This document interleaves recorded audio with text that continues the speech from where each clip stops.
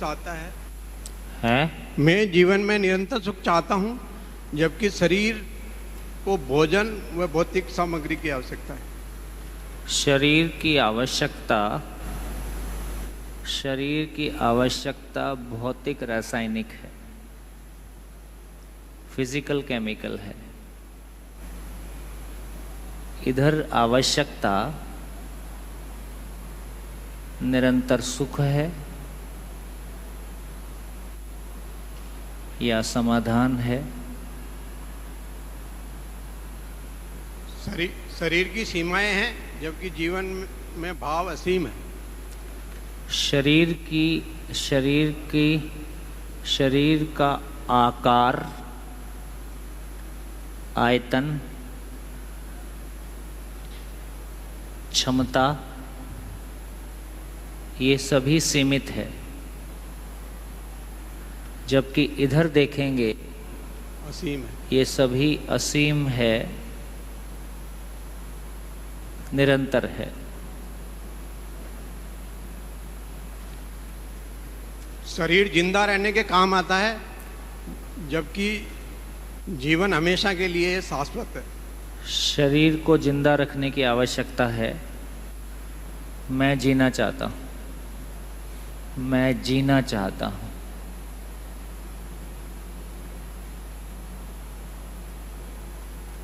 शरीर दृश्य है, शरीर दृश्य है, जबकि जीवन अदृश्य है।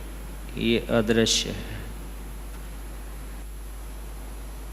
शरीर से जो सुख मिलता है वो क्षणिक होता है, जबकि जीवन से जो सुख मिलेगा वो निरंतर होगा। शरीर से मिलने वाला सुख क्षणिक है, सुख को भोगने वाला मैं ही हूँ।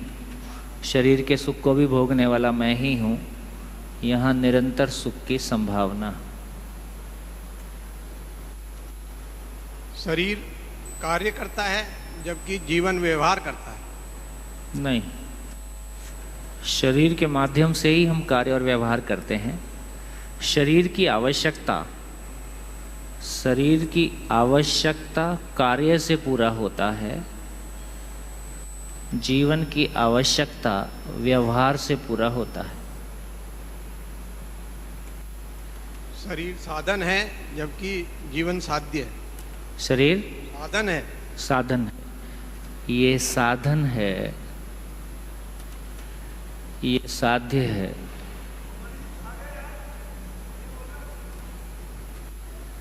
शरीर सब्जेक्टिव है, जबकि जीवन ऑब्जेक्टिव है। बहुत बढ़िया। शरीर सब्जेक्टिव है, सबके लिए अलग अलग है। यहाँ पे सबके लिए सब चीज डॉट एक जैसा है।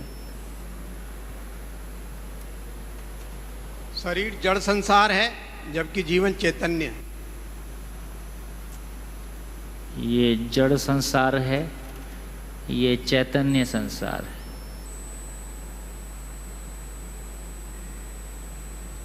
शरीर नियम से चलता है, शरीर नियम से चलता है, जबकि जीवन न्याय, धर्म और सत्य से चलता है। शरीर जड़, यहाँ जड़ नियम लागू होता है। जीवन अपने आप को न्याय, धर्म, सत्य पूर्वक प्रमाणित करता है।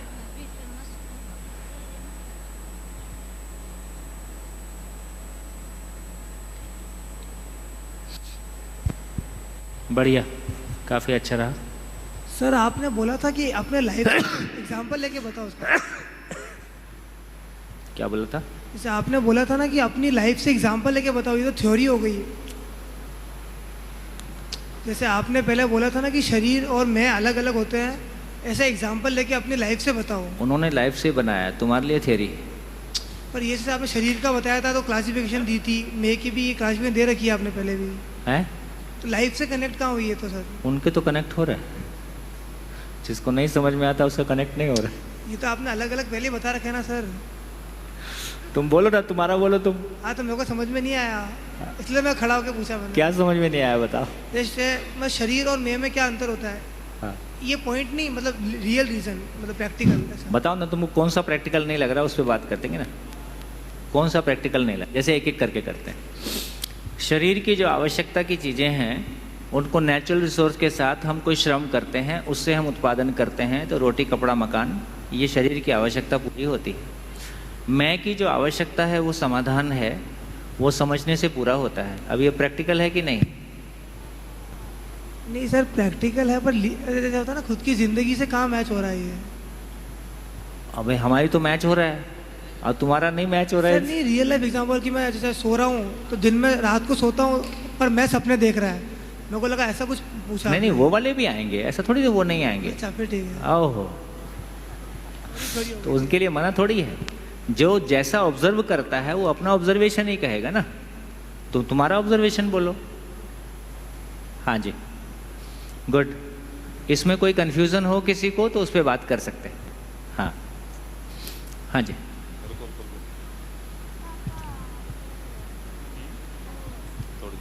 इन डिफरेंसेस से स्टिल मैं एस्टैब्लिश नहीं हो रहा है अभी तक। हाँ, इससे इन डिफरेंसेस को देखने से भी अभी तक मैं एस्टैब्लिश नहीं हो रहा है। अभी उसकी चिंता आप मत करो। देखो, अच्छी बात यह है कि नेचर में जो है सो है, वो आपके मानने से, नहीं मानने से, जानने से, नहीं जानने से कोई फ़र्क पड़ता नहीं, या मेरे भी कहने या ना कहने से कोई फ़र्क पड़ता नहीं। तो जो सच्चाई है सो है, इसका मतलब है कि हम सच्चाई को एक्सप्लोर करने की कोशिश कर रहे हैं। अभी अपना काम इतना है कि हाँ, जीवन, मैं और शरीर दोनों एक ही चीज़ है क्या, या अलग अलग चीज़ है।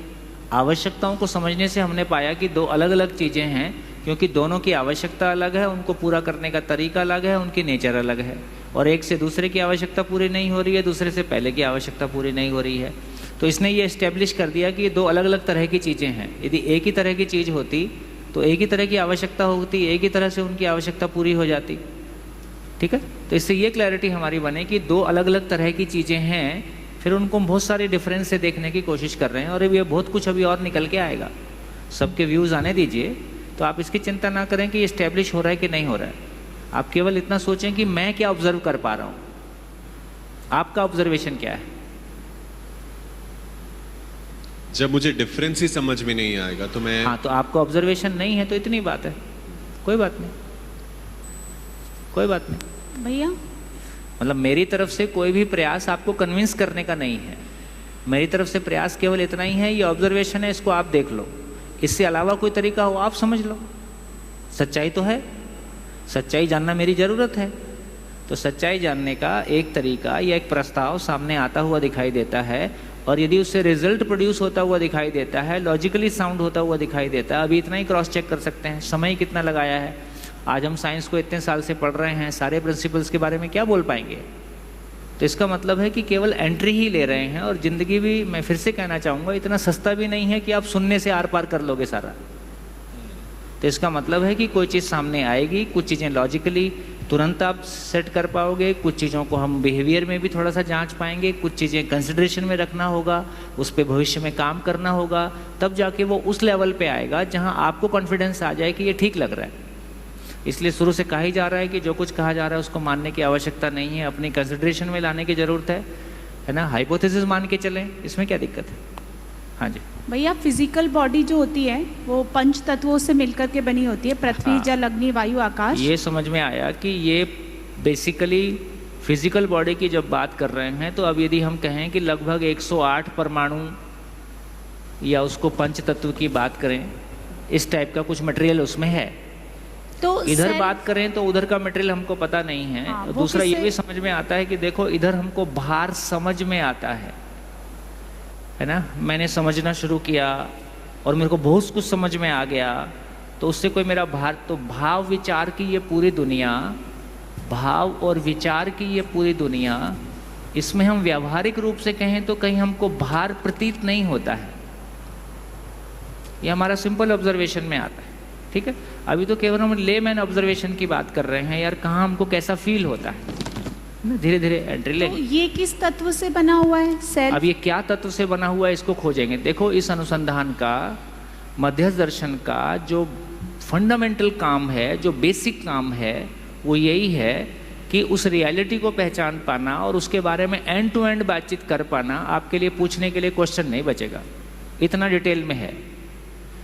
अभी तक हमारे पास, जब हम देखिए सभी धर्मों में समानता क्या है, दुनिया के सभी धर्मों में एक समानता है कि शरीर को चलाने वाली कोई एंटिटी वो शरीर से अलग है। किसी ने रूह बोला, आत्मा बोला, स्पिरिट बोला, एनर्जी बोला, नाम अलग अलग हमने दिए, लेकिन ये कॉमन फैक्टर है। साइंस में हम कह रहे हैं कि ब्रेन ही होता है, बाकी कुछ नहीं होता है, और ब्रेन में कुछ केमिकल लोचा होता है जिसकी वजह से भाव पैदा होता है। तो साइंस ये इस्टेब्लिश करने की कोशिश करता है कि जड़ से चेतना का प्रसव होता है, जड़ से चेतना पैदा होती है, ठीक है। उधर अध्यात्म की जब हम बात करते हैं तो उसमें ईश्वर से सब कुछ पैदा हुआ है और ईश्वर ने सब कुछ पैदा किया है, ऐसा पॉस्टुलेशन है। ये दोनों को हमको जांचना होगा कि दोनों की सच्चाई कितनी है, और सच्चाई का प्रमाण क्या है। सच्चाई का पहला पॉइंट ये है कि लॉजिकल कंसिस्टेंसी हो, दूसरा है कि आचरण में प्रमाणित होता हो। अब आचरण में प्रमाणित हो गया तो किसको दिक्कत, ठीक। तो इस तरह से दो क्रॉस चेक लेके हम चल सकते हैं और धीरे धीरे उसको एक्सप्लोर करेंगे। फिर एक डाउट है कि जो सेल्फ है, मैं, वो सबको चला रहा है। सबको मतलब बॉडी, आपके शरीर को, हाँ, बॉडी के स्तर पे जो भी हो रहा है। आप अपने शरीर को चला रहे हो, आप इसको पंखे पे लटका दो, आप इसको बढ़िया खाना खिलाओ, आपकी मौज है। तो आपका मैं, आप अपने शरीर को चला रहे हो, मैं मेरे शरीर को चला रहा हूँ, है ना। तो हर मैं अपने आप में विचार पूर्वक ही अपने शरीर को चला रहा हूँ। और वो दो जीवन अलग हैं। बिल्कुल, दो एंटिटी बिल्कुल सेपरेट है, इसलिए दो की कंडीशनिंग सेपरेट है, इसलिए दो आपस में प्यार भी कर सकते हैं और दो विरोध भी कर सकते हैं। तो सबकी बॉडी में जीवन अलग अलग है। हाँ, ये तो दिखाई देता ही है। तो कोई और भी है जो जीवन को भी चला रहा है? वो चर्चा करेंगे, समझेंगे, जाने तो दो पहले वहां तक। पहले ये तो समझ में आ जाए कि जीवन है। अभी ये तो हमको अभी पहले यहाँ से जूझना है कि साइंस ये कहता है कि जड़ से चेतना पैदा होता है, तो पहले इसको समझना है। फिर अध्यात्मवाद ये कहता है कि ईश्वर से सब कुछ पैदा हुआ है। अच्छा, अपने को क्या फर्क पड़ता है कि घुटने से पैदा हुआ है, कि ईश्वर से पैदा हुआ है, कि जड़ से पैदा हुआ है। अपने तो इतना ही चाहते हैं जीना हो जाए, मैं भय से मुक्त हो जाऊं, अभाव से मुक्त हो जाऊं, मेरा परिवार भी मुक्त हो जाए, समाज भी हो जाए, है ना। ये बात पहुंचती है।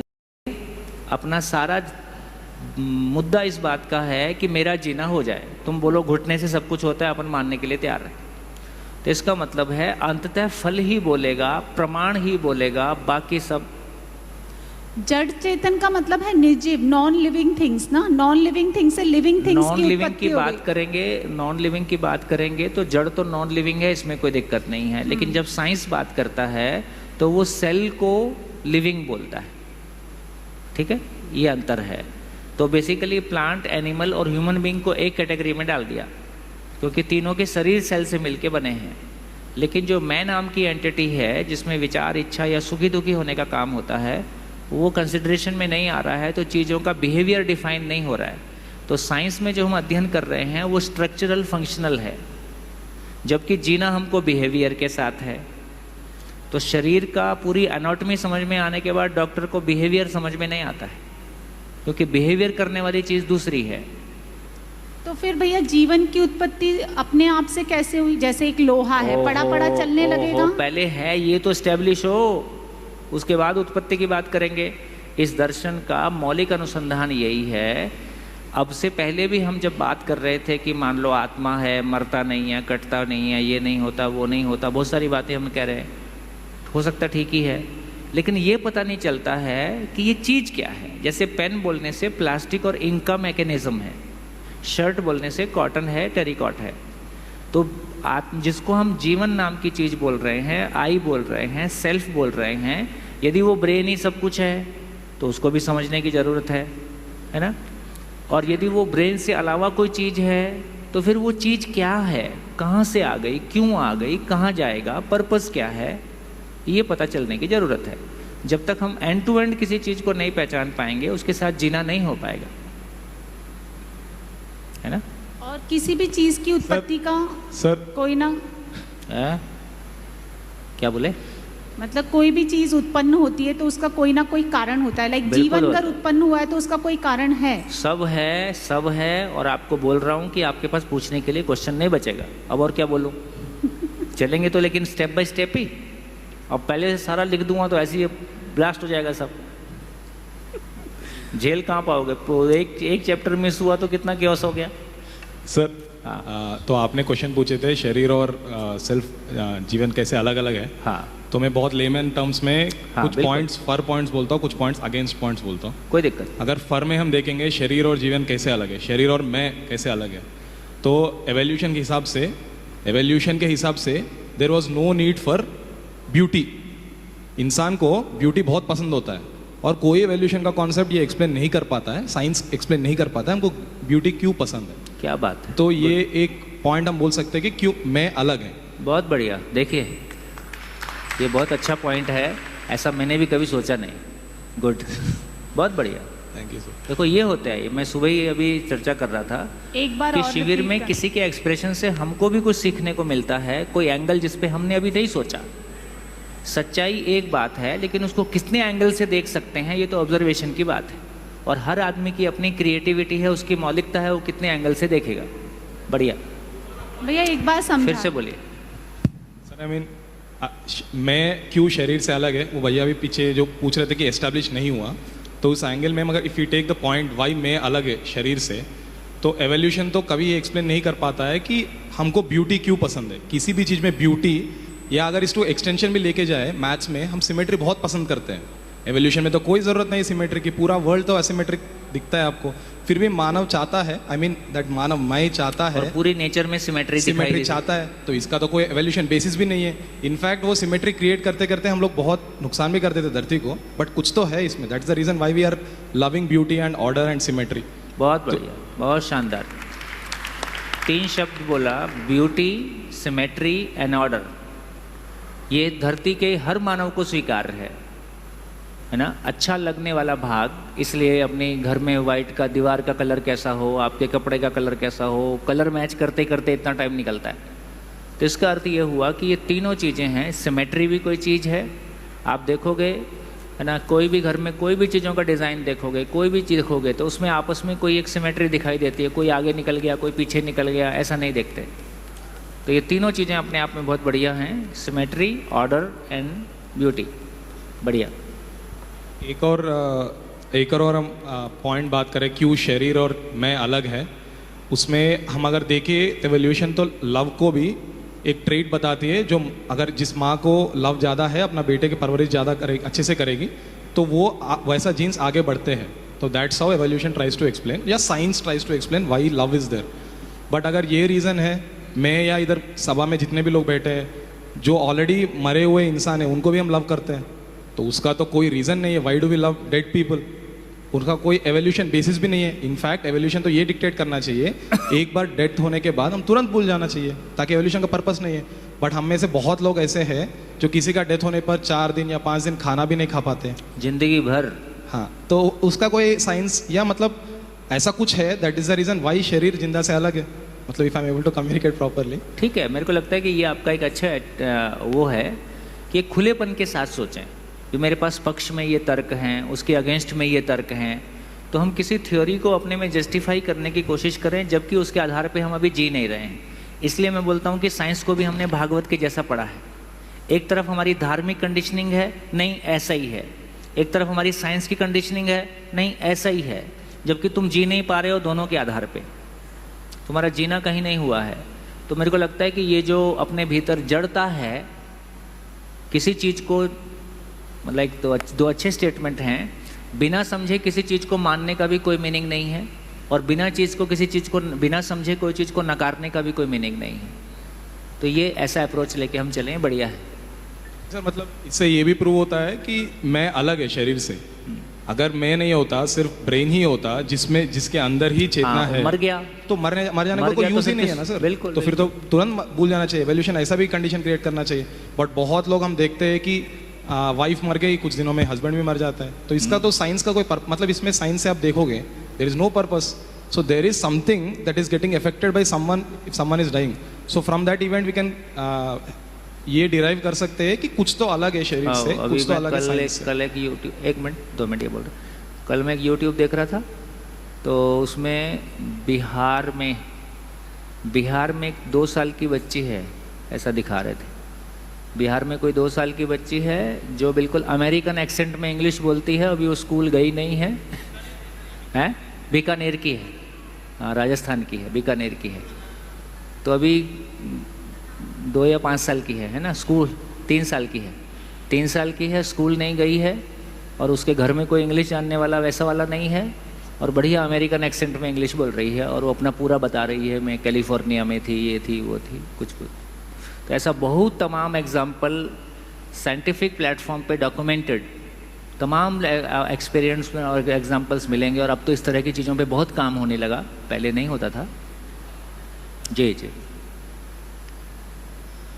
सर, एक और पॉइंट, वाई शरीर इज़ अलग फ्रॉम मैं, इसके सपोर्ट में, इफ़ समवन जजेस मी, कोई मेरा मूल्यांकन करता है मेरा शरीर पे, तो वो एक पॉइंट के बाद अच्छा नहीं लगता है किसी को भी, बिल्कुल। बट वो कोई अगर हमारे आइडियाज़ को अप्रिशिएट करता है, इवन इनफैक्ट आप देखोगे आफ्टर ए पॉइंट वो आइडिया से अप्रिशिएट करता है तो अच्छा लगता है। आइडिया, हमारे आइडिया से, हमारे थिंकिंग से, हमारे थॉट प्रोसेस से, हाँ। इससे अप्रिशिएट करता है तो अच्छा लगता है।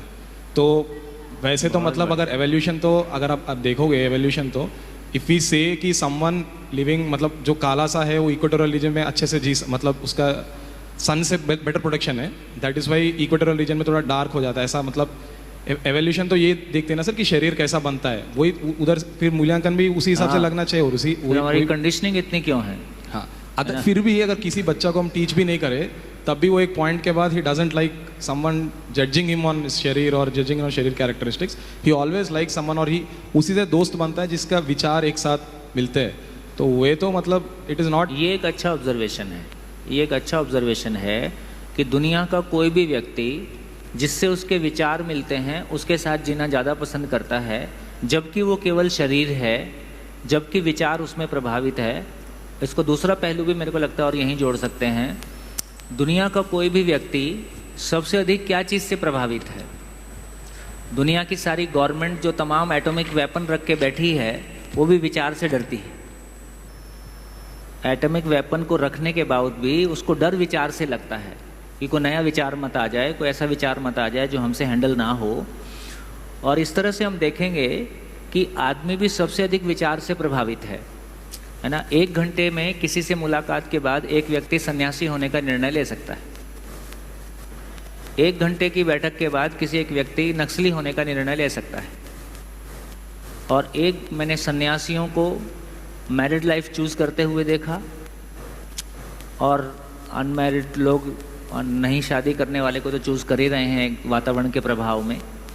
तो इससे समझ में आता है कि यदि मानव केवल ब्रेन होता, तो ब्रेन मतलब केमिकल, यदि मानव केवल केमिकल होता तो उसके ऊपर केमिकल का प्रभाव ज़्यादा होता कि विचार का प्रभाव ज़्यादा होता। यदि मानव केवल केमिकल होता तो सास बहू का इंजेक्शन अलग होता, दौरानी जेठानी का इंजेक्शन अलग होता, डिप्रेशन का इंजेक्शन अलग होता, बॉस वाला इंजेक्शन थोड़ा सा बड़ा वाला होता, है ना। बॉस तंग करता है तो उसका क्या करें। लेकिन आदमी को अभी भी कोई भी बात हो तो विचार ही उसको सबसे अधिक प्रभाव डालता है। तो ये समझने की बात है कि विचार ऐसी क्या चीज़ है जिससे कि आदमी इस कदर प्रभावित होता है कि वो अपने आप को सुसाइड करने के लिए तैयार, मतलब सुसाइडल बॉम्ब के लिए वो तैयार हो जाए। इस तरह के एग्जाम्पल में जाएंगे तो और मेरे को लगता है कि थोड़ा सा इसको आगे बढ़ा सकते हैं। दूसरों को न्याय दिलाने के लिए आदमी अपनी जान पे खेल जाए, ये कौन से सेल का एक्सप्रेशन है ना। देश को बचाने के लिए आदमी नोइंगली अपनी जान पे खेल जाए। तमाम वो एग्जाम्पल जो कल मैं शेयर कर रहा था, वो पन्ना धाय हम लोग छोटी क्लासेस में पढ़ते थे। अपने राज्य को बचाने के लिए बहुत ठंडे दिमाग से अपने बच्चे को मरने के लिए छोड़ दे और दूसरे के बच्चे को उठा के ले जाए उसको बचाने के लिए कि मेरे को राज्य को बचाना है। ये ब्रेन का कौन सा एक्सप्रेशन है? हिमालय की -30 डिग्री से में या -20 में -10 में आदमी पूरी ज़िंदगी 30 साल से गुफा में पड़ा है। ये किस शरीर में किस कोशिका की आवश्यकता है? ये शरीर में यदि मानव केवल ब्रेन है, केवल केमिकल है, तो किस केमिकल की आवश्यकता ज्ञान है? किस केमिकल की आवश्यकता ज्ञान है? ये मानवता के लिए अच्छा तमाम भौतिक, यदि मानव केवल ब्रेन होता, केवल केमिकल होता तो बढ़िया खा पी के मस्त रहे यार। क्यों ये पर्पस का ख्याल आता है कि ये जीने का पर्पस क्या है? और जीने का पर्पस भौतिक नहीं है, कम से कम इस देश में प्रधानमंत्री हो कि 10,000 करोड़ का आदमी हो, अंततः किसी साधु को फक्कड़ को जाके नमन करता है ना। ये हम इतिहास गवाह है और पूरे विश्व में ये कहानियाँ आपको मिलेंगी। ये यदि मानव केवल शरीर होता, केवल ब्रेन होता, तो जिसके पास फिजिकल चीज़ें ज़्यादा होती, फिर नेचुरली वही उसकी ज़रूरत होती। आहार निद्रा भय प्रजनन से वो खुश रहता, क्योंकि उसी में सारा केमिकल सिक्रिएट होता है। फिर क्यों उसको किसी ऐसी चीज़ की तलाश है जो शरीर को स्वाहा करके मिलती है। एक आदमी अपने में सुसाइड करने का निर्णय ले लेता है, इसका मतलब शरीर को खत्म कर देने का निर्णय लेने वाली कोई चीज़ शरीर के बियॉन्ड ही होगी। शरीर स्वयं को खत्म करने का स्वयं निर्णय ले ले, ये भी एक सोचने की बात है। एक और बहुत बढ़िया तर्क है, कोई भी मशीन होता है उसमें मशीन लॉस होता है। इनपुट आउटपुट जब कैलकुलेट करते हैं, कोई भी उसमें मशीन लॉस होता है। मशीन के अपने चलने में जो ऊर्जा खर्च होती है, तो जितना इनपुट देते हैं आउटपुट हमेशा कम आएगा, क्योंकि मशीन लॉस होता है। मानव एक ऐसी मशीन है जिसका इनपुट कम है, आउटपुट ज़्यादा है। इसको फिजिकली कैलकुलेट करके देखा जा सकता है। जितने कैलोरी आदमी भोजन के रूप में लेता है, जितना वर्क डन आउटपुट के रूप में देता है, और इमरजेंसी में एक आदमी जिस तरह से परफॉर्म कर सकता है, उनकी तमाम सीमाओं को देखेंगे, वो शरीर की सीमा पे व्याख्यायित नहीं होती हैं। दूसरा ये भी समझ में आता है कि शरीर में हम भोजन करने से हमको सीमित ऊर्जा मिलेगी कि असीमित ऊर्जा मिलेगी। भोजन की ऊर्जा सीमित होगा कि असीमित होगा? सीमित होगा। विचार की ऊर्जा सीमित है कि असीमित है? तो भोजन से तो नहीं आता है। तो इसका मतलब है कि यह आदमी में जो कल्पनाशीलता है, आदमी की मौलिकता यही है कि उसमें कल्पनाशीलता है। कल्पनाशीलता की ताकत अपने आप में अनलिमिटेड है, उसकी गति अपने आप में अनलिमिटेड है, जबकि सारी शरीर की गति अपने आप में सीमित है। और कल्पनाशीलता का तृप्ति बिंदु अनुभव है, पूरे एग्जिस्टेंस को समझना चाहता है। एक कॉमन मैन का क्वेश्चन है, ये सृष्टि किसने बनाई, है ना? ये कॉमन मैन का क्वेश्चन है कि ये सृष्टि किसने बनाई, और इससे बड़ा कोई क्वेश्चन नहीं है। इसका मतलब हर मानव संपूर्ण को समझना ही चाहता है, वो शरीर में कौन सी सेल है जो पूरे एग्जिस्टेंस को, पूरे कायनात के हर रहस्य को समझ के उससे मुक्त होना चाहती है। ये किस सेल का एक्सप्रेशन है? ऐसे तमाम बिहेवियरल चीज़ों को आप देखेंगे तो आप पाएंगे कि इनको किसी को भी ब्रेन के लेवल से एक्सप्लेन करना संभव नहीं है। और आप मान लो कि ब्रेन भी है यार, कोई दिक्कत नहीं है, आप भय से मुक्त हो जाओ ना।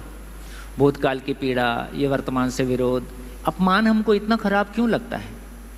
यदि मैं केवल कोशिका है, ये अपमान किस कोशिका का एक्सप्रेस, कौन सी कोशिका है जो अपमान को पहचान लेती है? कुछ नहीं किया मैंने, केवल आपके सामने अपनी मूंछ पे दो बार हाथ घुमा दिया, कुछ नहीं कहा मैंने आपको, इतने में तो गोली चल जाएगी। मैंने कुछ नहीं किया, केवल आपके सामने मूंछ पे 2 बार हाथ घुमा दिया।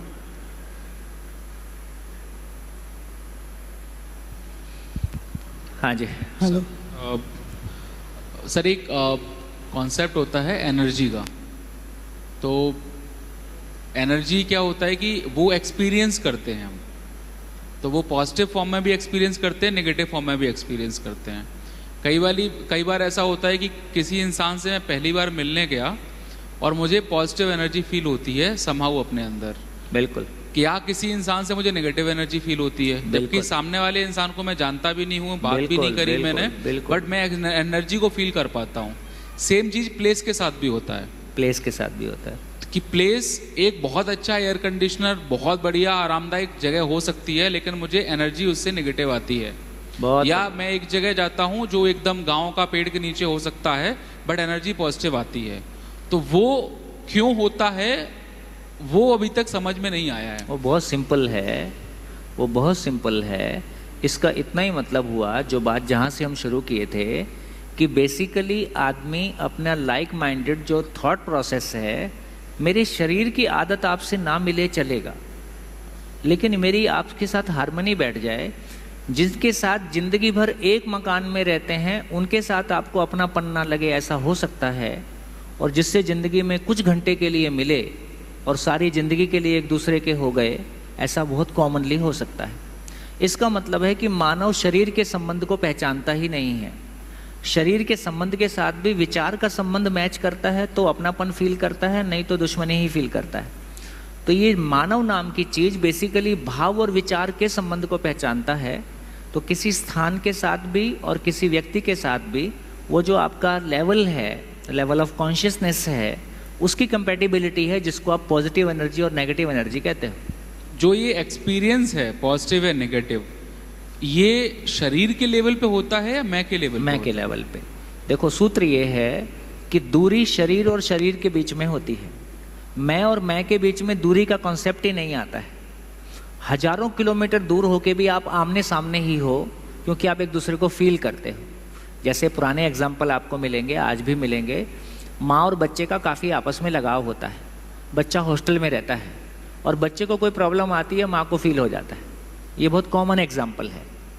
जो भी किसी को बहुत प्यार करता है, कोई भी दो गुरु शिष्य हो सकते हैं, पति पत्नी हो सकते हैं, भाई बहन हो सकते हैं, मित्र हो सकते हैं, दोनों को एक दूसरे को फील। कई बार आपको लगता है कि किसी को फ़ोन करूं और फ़ोन करके बोलता है बस तुम्ही को याद कर रहा था। ये बहुत कॉमन है। ऐसा नहीं है कि ये बाई चांस है। यदि दोनों के बीच में इक्वल एक्सेप्टेबिलिटी है, दोनों समान रूप से एक दूसरे को स्वीकारते हैं, और यदि हम दिल से याद करते हैं तो सामने वाले तक कुछ पहुंचता है। अच्छा, आपको बढ़िया किस्से सुनाता हूँ। आदिवासियों में उनका मार्केट 20 से 30 किलोमीटर दूर होता है। तो 20 से 30 किलोमीटर दूर चल के जाने में उसको आधा दिन से ज़्यादा लगता है। अब हस्बैंड निकल गया, पीछे से वाइफ भूल गई ये सामान और लाना था। तो आदिवासी लोग ऐसे किस्से सुनाते हैं, क्योंकि हम लोग कुछ समय आदिवासियों में रहे। वो मन से सोचती है कि वो ये ले आए और वो ले आता है। एक और बढ़िया एग्जाम्पल, हम बस्तर में बहुत घूमे हैं, तो वहाँ आपको रास्ता भटक गए और सामने आपको जंगल में चौक आ गया जहाँ से 2-3 रास्ते निकल रहे। अब आपको 10 किलोमीटर दूर एक आदमी नहीं मिलेगा बताने वाला। तो कभी हमने आदिवासियों से पूछा कि आपको रास्ता कैसे पता चल जाता है? जब आप किसी अजनबी जगह में ऐसे जाते हो, आपको रास्ता, या कभी आप रास्ता भटकते हो तो कैसे, जंगल ही जंगल है चारों तरफ और बीच में 10 घर आ जाएंगे, बस वो गाँव होता है। तो उसने बढ़िया बताया। उसने बोला मैं शांत होकर खड़ा हो जाता हूँ, शांत होकर खड़ा हो जाता हूँ, और जहाँ अंदर से फील होता है कि इधर रास्ता है, उधर चल देता हूँ, उधर ही होता है। तो उसका इंट्यूटिव काम करता है। ये चीज़ तो है, हम लोग भी फील करते हैं। हाँ। मतलब इन जनरिक भी कि कई बार ऐसा है कि गूगल मैप भी नहीं है, अब आ गया है, पहले या नहीं था या नहीं है। हाँ। और हम अचानक से कुछ भूले तो अपना कुछ तो इंट्यूशन आता है कि शायद इधर होगा। तो जीवन की क्षमताएं बहुत ज़्यादा हैं। चूंकि हमने स्वयं को शरीर माना है, इसलिए उधर हम एक्सप्लोर भी नहीं कर रहे हैं। तो दूरियां शरीर के बीच हैं, जीवन और जीवन के बीच में भावनात्मक दूरियां नहीं हैं। जीवन और जीवन के बीच में दूरियां ना समझने की दूरियां हैं, है ना। तो हम हजारों मील दूर रह के भी बहुत नज़दीक हो सकते हैं और एक बेड पे सो के भी बहुत दूर हो सकते हैं। इसको भाव रूप में दूरियों को हम समझ सकते हैं। तो इसका मतलब है कि ये भाव और विचार की दुनिया की कैलकुलेशन अलग है। टाइम की कैलकुलेशन शरीर के साथ काम करती है। टाइम की कैलकुलेशन जीवन के साथ काम ही नहीं करता है, क्योंकि वहाँ टाइम ही वर्तमान हो जाता है। तो बिल्कुल टाइम शरीर के साथ हमको पहचान में आएगा। मैं जब अकेले में हूँ तो मेरे पास अभी कोई आपको अंकल जब पहली बार बोलता है तब आपको लगता है कि अच्छा कुछ बदल गया है, आपको नहीं पता चलता है। 10 साल पहले आपका भाव और विचार कैसा था, अभी आपका भाव और विचार कैसा है, वो एक ही तल पे खड़ा हुआ है या वो एक ही तल है, वहाँ कोई टाइम नहीं है ना। तो ये जब बहुत सारी चीज़ों को आप देखने जाओगे तो आपको पता चलेगा कि ये जीवन का जो मटेरियल है, ये अलग तरह की चीज़ है। इसका एक्सप्रेशन अलग है, इसकी डिमांड अलग है, इसकी क्रिया अलग है। शरीर की कोई आवश्यकता निरंतर नहीं है, जीवन की हर आवश्यकता निरंतर है। शरीर की कोई क्रिया निरंतर नहीं है, जीवन की हर क्रिया निरंतर है। शरीर की कोई चाहना निरंतर नहीं है, उसकी हर चाहना निरंतर है। ये कहाँ से आ रहा है? हाँ जी, माइक। हेलो सर, अगेंस्ट के पॉइंट्स में क्यों शरीर और जीवन अलग अलग नहीं है, क्यों शरीर और मैं अलग अलग नहीं है। सो सर, अभी आप लास्ट 5-6 ईयर्स में देखोगे कि how artificial intelligence is developing.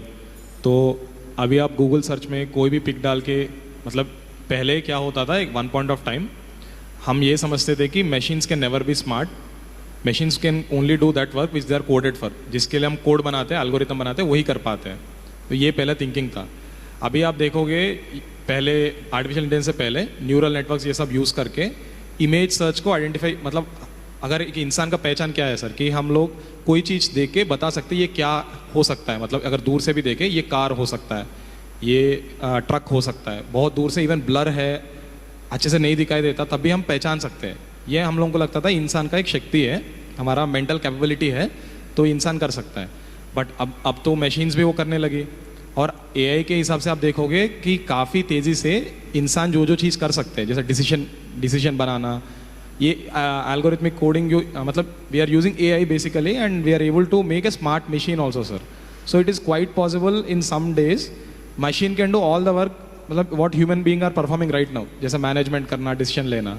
तो फिर ये तो ऐसा हो गया ना। आप गलत नहीं कह रहे हैं, चूंकि हमने अभी मानवीय क्षमताओं को मशीन के लेवल तक ही यूज़ किया है, इसलिए अब इसको छोड़ो, मैं तो आपको इससे बढ़िया एग्जांपल देता हूँ। कार्य और व्यवहार में क्या अंतर है? कार्य और व्यवहार, वर्क एंड बिहेवियर में क्या अंतर है? Sir behaviour is set pattern है। मैं एक चीज़ कर रहा हूँ तो वो एक सेट पैटर्न हो जाता है, वो मेरा बिहेवियर वो है। वर्क तो हम एक वस्तु के साथ करते हैं या एक ऑब्जेक्ट के ऊपर करते हैं उसको ट्रांसफॉर्म करने के लिए, so that is a work. Object के ऊपर भी कर सकते हैं, ह्यूमन के ऊपर भी कर सकते हैं। तो पशु के साथ व्यवहार करेंगे कि नहीं करेंगे?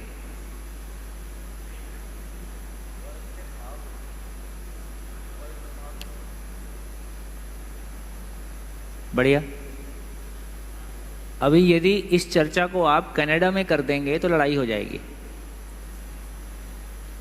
मैं आपको इसको थोड़ा खोल के दिखाता हूं, तो आपको ये आर्टिफिशियल इंटेलिजेंस वाला भी कनेक्ट होगा। सर, आप बोल रहे थे कि शरीर की कोई भी क्रिया निरंतर नहीं है, परंतु सांस लेना तो निरंतर है। नहीं, देखो कितने लोगों को लगता है सांस लेना निरंतर है? हाथ उठाओ। सांस लेना निरंतर है ना? तो इसका मतलब सांस पे भी ध्यान कभी गया नहीं है। ले सांस निरंतर, ले लो, खींचो, माइक से आवाज आएगी, खींचो सांस, अरे खींचो सांस, खींचो और खींचो, खींचते रहो।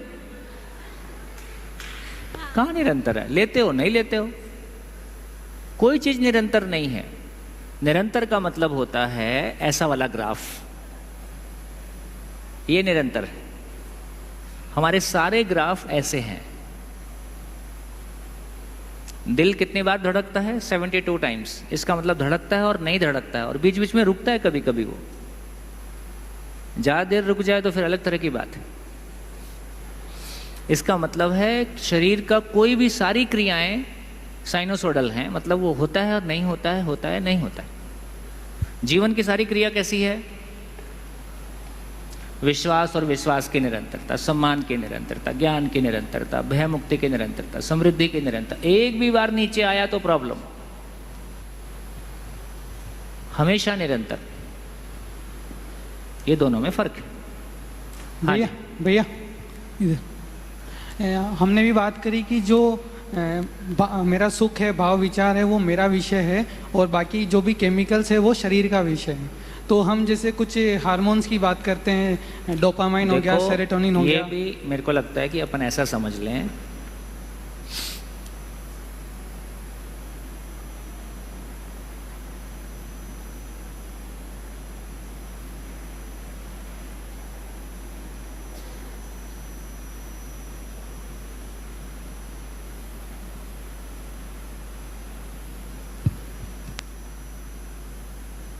कुछ भी मानने की आवश्यकता नहीं है। जो सच्चाई है सो है, वो ना मेरे कहने से बनने बिगड़ने वाली है, ना आपके कहने से। लेकिन एक्सप्लोर करना हमारी मौलिकता है, क्योंकि हम में समझने की ताकत है।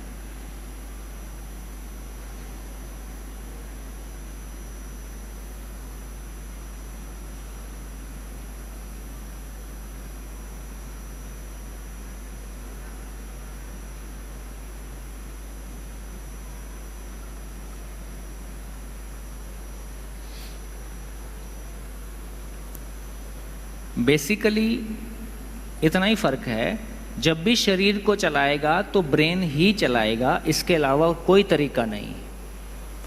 शरीर को चलाने वाली चीज हमेशा हमेशा के लिए ब्रेन ही है, इसमें कोई शंका नहीं है। बाजू पड़ोसी को बोलो, शरीर को चलाने वाली चीज ब्रेन ही है, इसमें कोई शंका नहीं है। और बहुत सारी रिफ्लेक्स एक्शन और जो मैकेनिकल एक्टिविटीज़ हैं वो ब्रेन के लेवल से ही निपट जाती है, इसमें भी कोई शंका नहीं है। लेकिन अब ये कह रहे हैं कि जैसे ब्रेन शरीर को चलाता है, मन ब्रेन को चलाता है, वृत्ति मन को चलाता है, चित्त वृत्ति को चलाता है। चित्त वो जगह है जहाँ पे सारा मेमोरी है। कंडीशनिंग जितनी भी है, मैं हिंदू हूँ, मुस्लिम हूँ, सिख हूँ, जैन हूँ, सफल हूँ, असफल हूँ, गोरा हूँ, काला हूँ, ये सारा माल इधर है।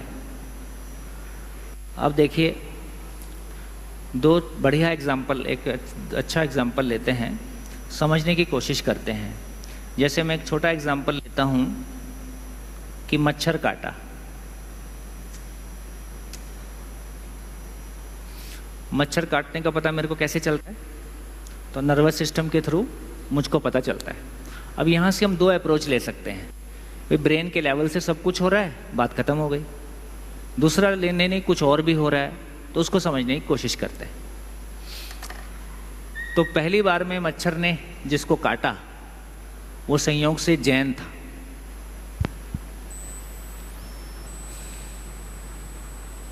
तो यदि गहरी नींद में भी होगा और सॉफ्टवेयर, जैन सॉफ्टवेयर ठीक से डाउनलोड हुआ होगा, तो क्या करेगा? उड़ा दो, ताकि आगे भी उड़ता रहे। एक ये एक्शन आया। एक दूसरा एक्शन आया, अब मच्छर का दुर्भाग्य, दूसरी बार में उसने जिसको काटा वो सरदार था। अब क्या होगा? जो बोले सो निहाल। तो इंस्ट्रक्शन यही आई कि उड़ा दो, और ये उसकी अंतिम उड़ान थी। तो इस छोटे से मच्छर काटने जैसी घटना में हमको क्लियरली पता चलता है कि नींद में भी उसका सॉफ्टवेयर पूरा काम कर रहा है। इसका मतलब है ये बिलीफ सिस्टम कहाँ डाउनलोड होता है। और 1 घंटे में मैं जैन से बौद्ध हो सकता हूँ, बौद्ध से सिख हो सकता हूँ। और मैं मेरी ज़िंदगी में ऐसे एक व्यक्ति से मिला, इंटरेस्टिंग व्यक्ति है। ऐसे हम लोग बहुत सारी किताबें पढ़ के बहुत सारी चीज़ों को समझना चाहते हैं। वो व्यक्ति इससे आगे का निकला। वो एयरफोर्स में थे और वो कार्गो जो होता है सामान ढोने वाला, वो चलाते थे।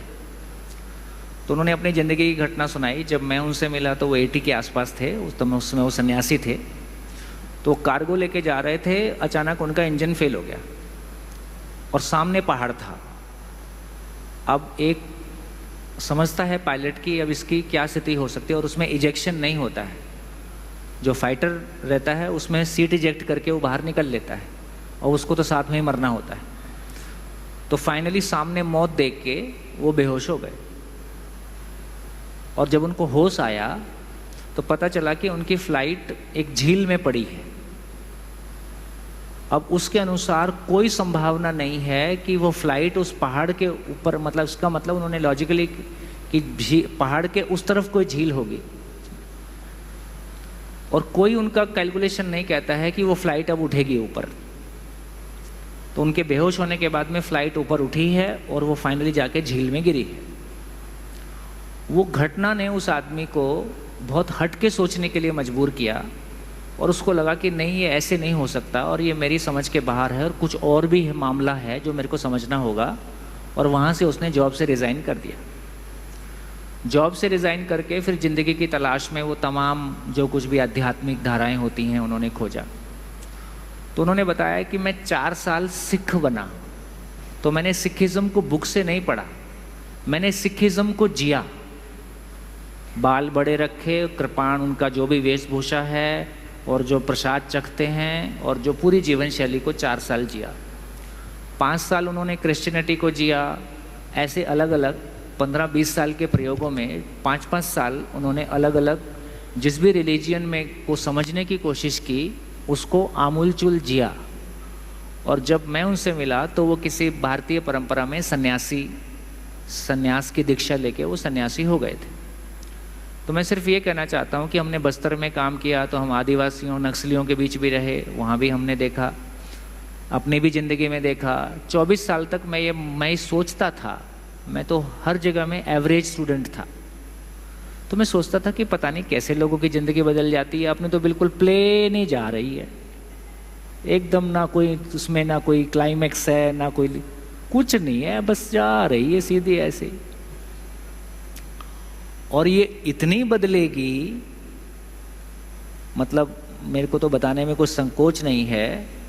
मैं बचपन में वो जो हकलाना होता है ना, स्टैमरिंग, तो बचपन में कोई घर में आके इंट्रोडक्शन मांगता था तो मेरे को बहुत टेंशन हो जाती थी कि अब इसको इंट्रोडक्शन देना पड़ेगा, क्योंकि मेरे को लगता था कि मैं ठीक से बोल नहीं पाऊंगा।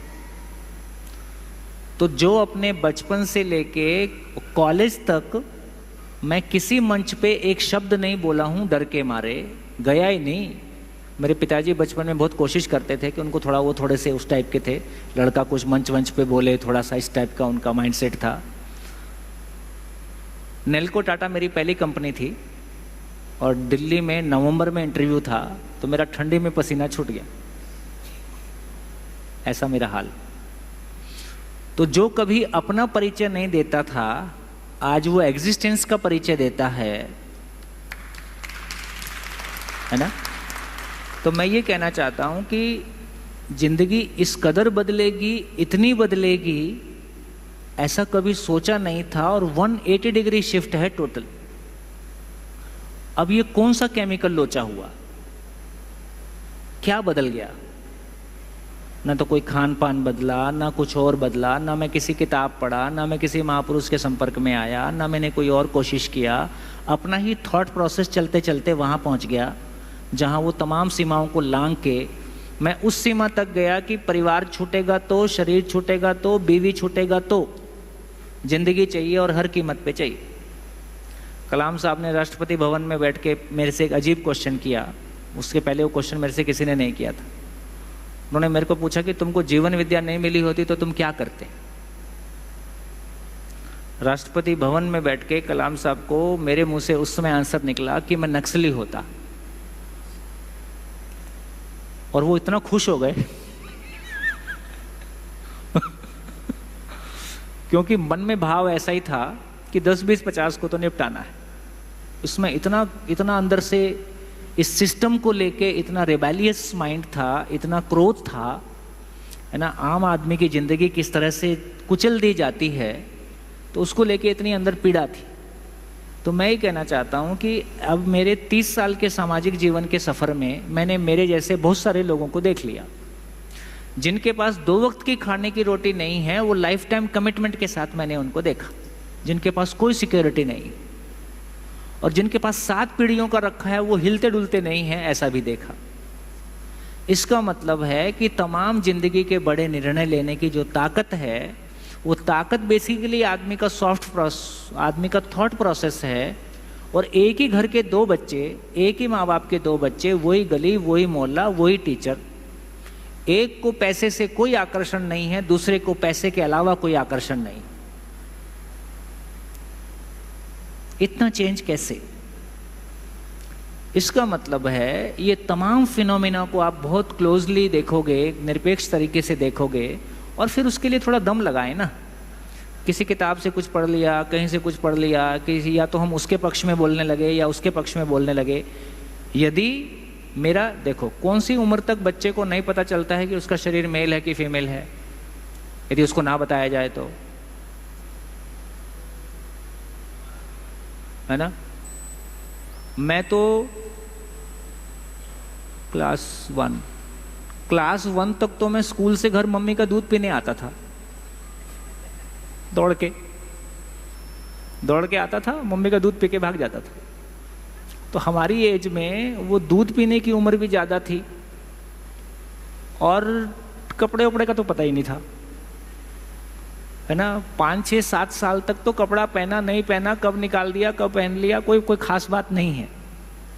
तो इसका मतलब है, और मैं ऐसे भी व्यक्ति से मिला जिसने कहा कि 20 साल तक मैंने यौन पीड़ा को नहीं देखा, सेक्स का सेंसेशन कैसा होता है ये मैंने 20 साल तक नहीं देखा है।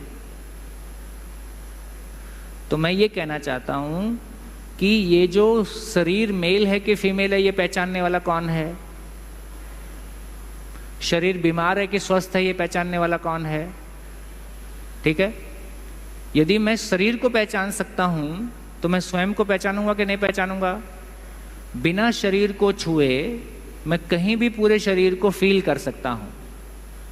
यदि मैं शरीर को फील कर सकता हूं तो मैं स्वयं को फील कर सकता हूं कि नहीं? मैं स्वयं को भी फील कर सकता हूं। जब मैं शरीर को फील करता हूं तो मेरे को भार फील होता है। जब मैं खुद को डायरेक्टली फील करता हूं तो मैं फील कर पाता हूं कि ये वस्तु भारहीन है। तो आप पर्सनल लेवल पे जब उसको एक्सपीरियंस करने जाएंगे तो भी आपको पता चलेगा, आप बिहेवियरल में देखने जाएंगे तो भी पता चलेगा, आप लॉजिक में देखने जाएंगे तो भी पता चलेगा। केवल इस पे थोड़ा मुंडी डाल के घुसने की ज़रूरत है, ये शोध करने की ज़रूरत है कि जब आईने में आप देख रहे हो तो ये जो चेहरा है ये शरीर का चेहरा है, ये मेरा चेहरा नहीं है। मैं ही बोलता हूँ मेरा शरीर, इसका मतलब मैं शरीर नहीं हूँ। तो फिर मैं कहाँ हूँ, है ना? इसलिए किसी भी आदमी की आंखों में से मैं डायरेक्टली झांक रहा होता हूँ। किसी भी व्यक्ति का सबसे एक्सप्रेसिव पार्ट क्या है? उसकी आंखें। और आंखों की स्थिरता और आंखों की चंचलता से एक आदमी की मेंटल मैच्योरिटी को देख लेते हैं। आप महापुरुषों की आंखें देखेंगे तो बहुत स्थिर होती हैं, सामान्य आदमी की आंखें देखेंगे तो बहुत चंचल होती हैं। वो विचार से जुड़ा हुआ पार्ट है, आंख की अपनी गहराई है। तो इसका मतलब ये हुआ कि बेसिकली आंख तो वही है लेकिन देखने वाले को तो कुछ और दिखता है। तो मेरा चेतना का स्तर है कि मैं आपको देख के किस तरह से देखूंगा। मैं आपको देख के पूरी मानवता को देख सकता हूं और मैं आपको देख के, है ना, किसी विरोध के साथ देख सकता हूं। ये मानवता को देखने का माइंडसेट, और ये ट्रांसफरेबल है। कल तक जिसका ऐसा नहीं था, कल तक हमारा ऐसा नहीं था, आज हमारा ऐसा होने लगा है। और इसको बिल्कुल बाय प्रोसेस ऐसा किया जा सकता है। हजारों लोग ऐसे हो रहे हैं, है ना? इसमें कोई केमिकल नहीं डाला जा रहा है ना? लोगों को डिप्रेसिव और मैनिक प्रॉब्लम आती हैं। आप कोई भी डॉक्टर से पूछो ये डिप्रेसिव या मैनिक क्यों हो गया, बोले केमिकल लोचा है। केमिकल लोचा क्यों होता है, इसका आंसर किसी के पास नहीं है। सोडियम पोटेशियम की कमी के कारण यदि किसी वजह से, हमारे एक मित्र ने बहुत लंबा उपवास रखा 60-65 दिन का, पानी पे, बिना पानी के, कुछ इम्बैलेंस हो गया, देख रेख ठीक से नहीं हो पाई, सोडियम पोटेशियम कम हो गया, पूरा बिहेवियर एबनॉर्मल हो गया। तो ये बात बिल्कुल ठीक है। यदि हमारी देख रेख की कमी के कारण, अभी इनके सूर्यकांत के घर में ही, है ना, इनके यहाँ घर में जो बाई काम करती थी, उसका डिलीवरी के समय में जो भी देखभाल कम हुआ, जो भी एक वोमिटिंग सेंसेशन और तमाम कुछ भी होता है, जो भी खाया उल्टी हो गया, जो भी खाया उल्टी हो गया, उल्टी के डर के मारे खाना ही बंद कर दिया। अब गर्भ काल में उसका मिनरल डेफिशिएंसी हो गया, जिसकी वजह से सोडियम पोटेशियम पे इफेक्ट आ गया, उसकी वजह से वो आज तक एबनॉर्मल है। और किसी तरह से कितना एफर्ट करके उसको बचाए हैं ये लोग। एक घर के आदमी की उतनी देख रेख नहीं कर सकते जितना इन्होंने अपने एक बाई की देख रेख की है, पर्सनली, फाइनेंशियली, पर्सनली। अब ये जो इमोशन है, आप ये भी कह सकते थे कि बाई है, ठीक है भाई, अपने घर में रहे। ये जो इमोशन है लोगों के बीच में, एक आदमी का इमोशन, है ना, तमाम दुनिया में ऐसे एग्जाम्पल मिलेंगे जो दूसरों के लिए अपनी पूरी जिंदगी लगाए पड़े हैं। ये इमोशन कौन से सेल में पैदा हो जाता है? अपना घर डिस्टर्ब करके दूसरों के सुख शांति के लिए अपनी पूरी जिंदगी लगाए हुए हैं। ऐसे तमाम लोग आपको अलग अलग फील्ड में मिलेंगे। तो एक तो मैं ये कहना चाहता था, जहाँ से मैंने व्यवहार वाला पार्ट लेना शुरू किया था, देखिए थोड़ा इसको समझते हैं तो वहाँ से हमारा आर्टिफिशियल इंटेलिजेंस भी थोड़ा सा हैंडल होगा। देखिए, व्यवहार की परिभाषा है, चूंकि अभी हमने अपने आप को मानव के रूप में पहचाना ही नहीं है, इसलिए हमारी मानव की डेफिनेशन भी अधूरी है। व्यवहार की परिभाषा है मानव का मानव के साथ सुखी होने के लिए किया गया श्रम। सुखी होने के लिए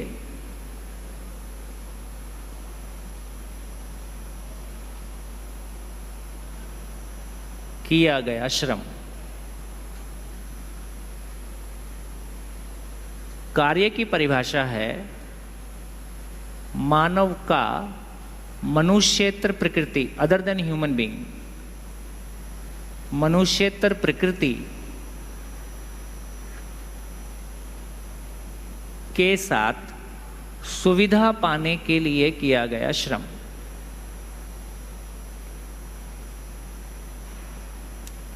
सुविधा पाने के लिए किया गया श्रम। तो कार्य और व्यवहार दो बिल्कुल अलग एक्सप्रेशन है। एक मानव का है, मानव के साथ है, दूसरा मानव का है और मनुष्येतर प्रकृति के साथ है, पदार्थ अवस्था, प्राण अवस्था, जीव अवस्था। और एक सुविधा पाने के लिए है, एक सुख पाने के लिए है। सुख का मतलब समाधान। अब व्यवहार की परिभाषा को रिपीट करें अपने आप में, बोल के देखें। मानव का, मानव के साथ समाधानित होने के लिए किया गया प्रयास। समाधान का मतलब क्या है? क्यों जीना है, कैसे जीना है, क्यों जीना है, कैसे जीना है। और फाइनली मानव लक्ष्य की बात करेंगे। सभी मानव समझदार हो जाएं, सभी परिवार समृद्धि के साथ जिएं, समाज भय से मुक्त हो जाए, समाज में अभयता आ जाए, प्रकृति में संतुलन हो जाए। कौन सी ब्रेन की सेल है जो ये चाहती है कि धरती के सभी मानव सुखी हो जाएं और वसुधैव कुटुंबकम हो जाए? ये कौन सी ब्रेन सेल है जो ऐसा चाहने लगी है? Sodium potassium. सभी मानव उस धरती पे समृद्ध हो जाएं, समाज भय से मुक्त हो जाए, दूसरा प्लेनेट भी मिलेगा तो उससे भी दोस्ती कर लें, है ना।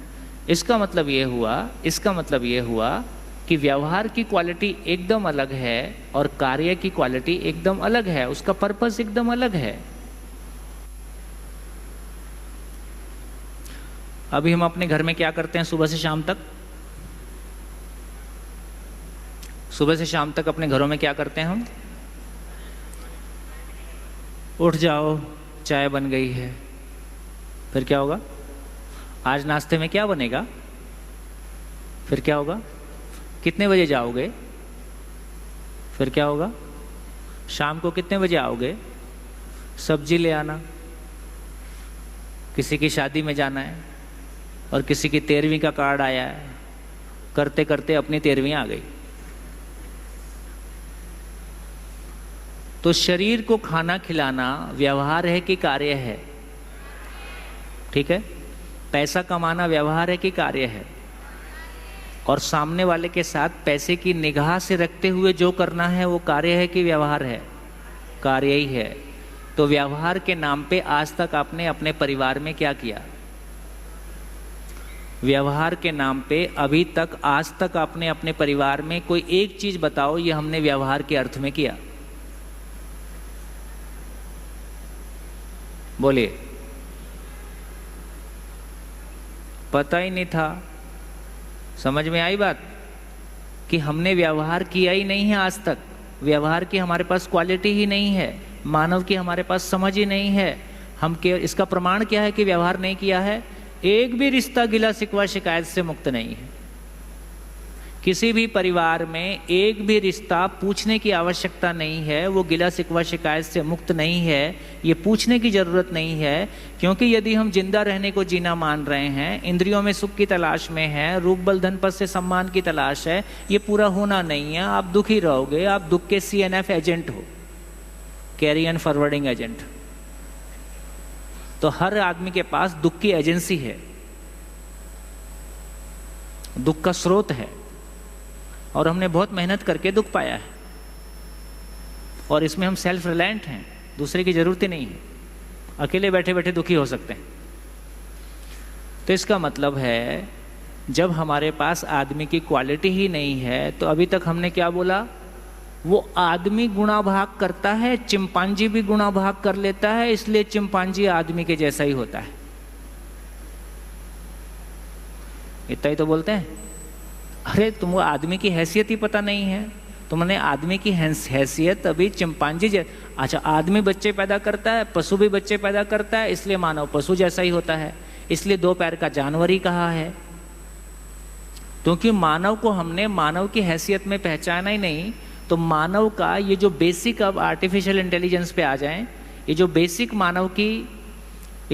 मानव में गुणा भाग करने वाला पार्ट है, ये मैकेनिकल पार्ट है। अब गुणा भाग करने वाला मैकेनिकल, मानव में जो गुणा भाग करने वाला पार्ट है वो मैकेनिकल पार्ट है। अब मशीन में गुणा भाग हो सकता है। फिर मानव में जो निर्णय लेने वाला पार्ट है फिजिकल लेवल पे, जो मैकेनिकल डिसीजन मेकिंग है, उसके लिए डाटा उपलब्ध कराते जाओ। तो जितना भी हम अभी इंटेलिजेंट आर्टिफिशियल इंटेलिजेंस की बात कर रहे हैं उसमें इतना ही है, उसमें कम्युलेटिव डाटा उसको कंटिन्यूसली मिल रहा है, उस डाटा के आधार पे वो एक डिसीजन मेकिंग कर रहा है। तो जो पहली बार डिसीजन मेकिंग किया था, डिसीजन मेकिंग का क्वालिटी उतना ही है। डाटा और एल्गोरिथम बहुत रिच कर दिया है, इसलिए वो निर्णय भी ले पा रहा है जो वो कल नहीं ले पा रहा था।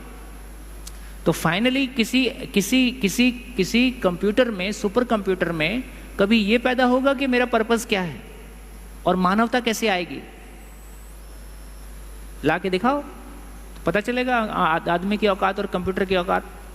तो हमने मानव की हैसियत को पहचाना ही नहीं है, मानव के मिनिमम एक्सप्रेशन को देखकर मशीन से मैच कर लिया, कभी पशु से मैच कर लिया, कभी उसको पशु घोषित कर दिया, कभी उसको मशीन घोषित कर दिया। क्या कोई कंप्यूटर, क्या कोई आर्टिफिशियल इंटेलिजेंस, कोई रोबोट कभी इस फीलिंग के साथ हो सकता है कि पूरे संसार के मानव का दुख उसको फील होने लगे और उसके लिए वो अपने आप को इन्वेस्ट करेगा? ये नहीं हो सकता है। वो जो आपने सुंदरता का फैक्टर कहा, वो जो आपने सुखी दुखी होने का फैक्टर कहा, तो बेसिकली ये जो सुखी दुखी होने का इमोशन है, ये जो पूरी कायनात के पर्पस को जान के खुश होने का इमोशन है, जानने से खुशी होना, जानने से खुश होने का इमोशन, ये इमोशन वाले पार्ट को आप डेवलप नहीं कर सकते। आप कैलकुलेशन कर सकते हो, उससे डिसीजन मेकिंग कर सकते हो, है ना, लेकिन ये खुश होना, खुश कैसे होएगा? वो किसी पे विश्वास करे और उस विश्वास से खुश हो। तो विश्वास करना और विश्वास से खुश होना और विश्वास नहीं होने से दुखी होना, ये इमोशन पैदा करके दिखाओ। हाँ जी सर, एक क्वेश्चन ये है कि जैसे बोला कि मानव का मानव के साथ सुखी होने के लिए किया गया श्रम व्यवहार है। जैसे अगर मैं पर्सनल एग्जांपल लूँ तो घर में बड़ा भाई था तो इसलिए बाहर निकल गया, तो उसकी वजह से कुछ भाव डेवलप हुए कि छोटी बहन है और छोटा भाई है, उसके लिए भी कुछ करता रहूं लगातार। एक समय पर जब फील हुआ, लगा कि उसको मैं पैसे से कुछ कर सकता हूं, तो उसकी एजुकेशन पे फोकस किया और उस तरीके से आगे बढ़ाया। एक समय के बाद ज़रूरत लगी कि अब पैसे की ज़रूरत नहीं है, तो फिर उसके बाद बाकी इमोशंस तो साथ में तब भी थे, अब इमोशंस डोमिनेंट होने लगे उस जगह पे कि प्यार है, स्नेह है, केयर है, वो सारा चीज़ है, लेकिन रेसिप्रोकेशन में कुछ नहीं चाहिए वहाँ पर। अभी ये इमोशन भी संवेदनशीलता का है। करेक्ट, ये समझने की बात है। उस इमोशन की क्वालिटी क्या है? तो इमोशन की क्वालिटी में बेसिकली जब व्यवहार पक्ष की बात कर रहे हैं तो ये कर रहे हैं कि दूसरे को भी उसके जीने का पर्पस पता चल जाए और वो पर्पस के साथ जिए।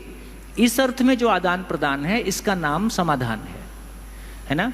वो दुखी हुआ, मैंने गले से लगा लिया, है ना, और मैंने कुछ काउंसलिंग किया, कोई बात नहीं, ऐसा होता ही है, ये तो सब लर्निंग प्रोसेस है, इसमें घबराने की बात नहीं है, मैं खड़ा हूं ना। ये संवेदनशीलता है, इसमें कहीं भी संज्ञानशीलता नहीं है।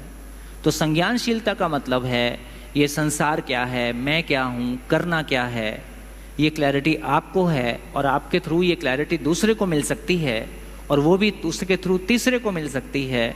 ये कम्युनिकेट होना संज्ञानशीलता है। तो अभी हमारा अपनापन और जो कुछ भी हमने एक दूसरे के लिए किया है, तो अभी तक हमारी सारी जर्नी संवेदनहीनता से संवेदनशीलता के बीच में है।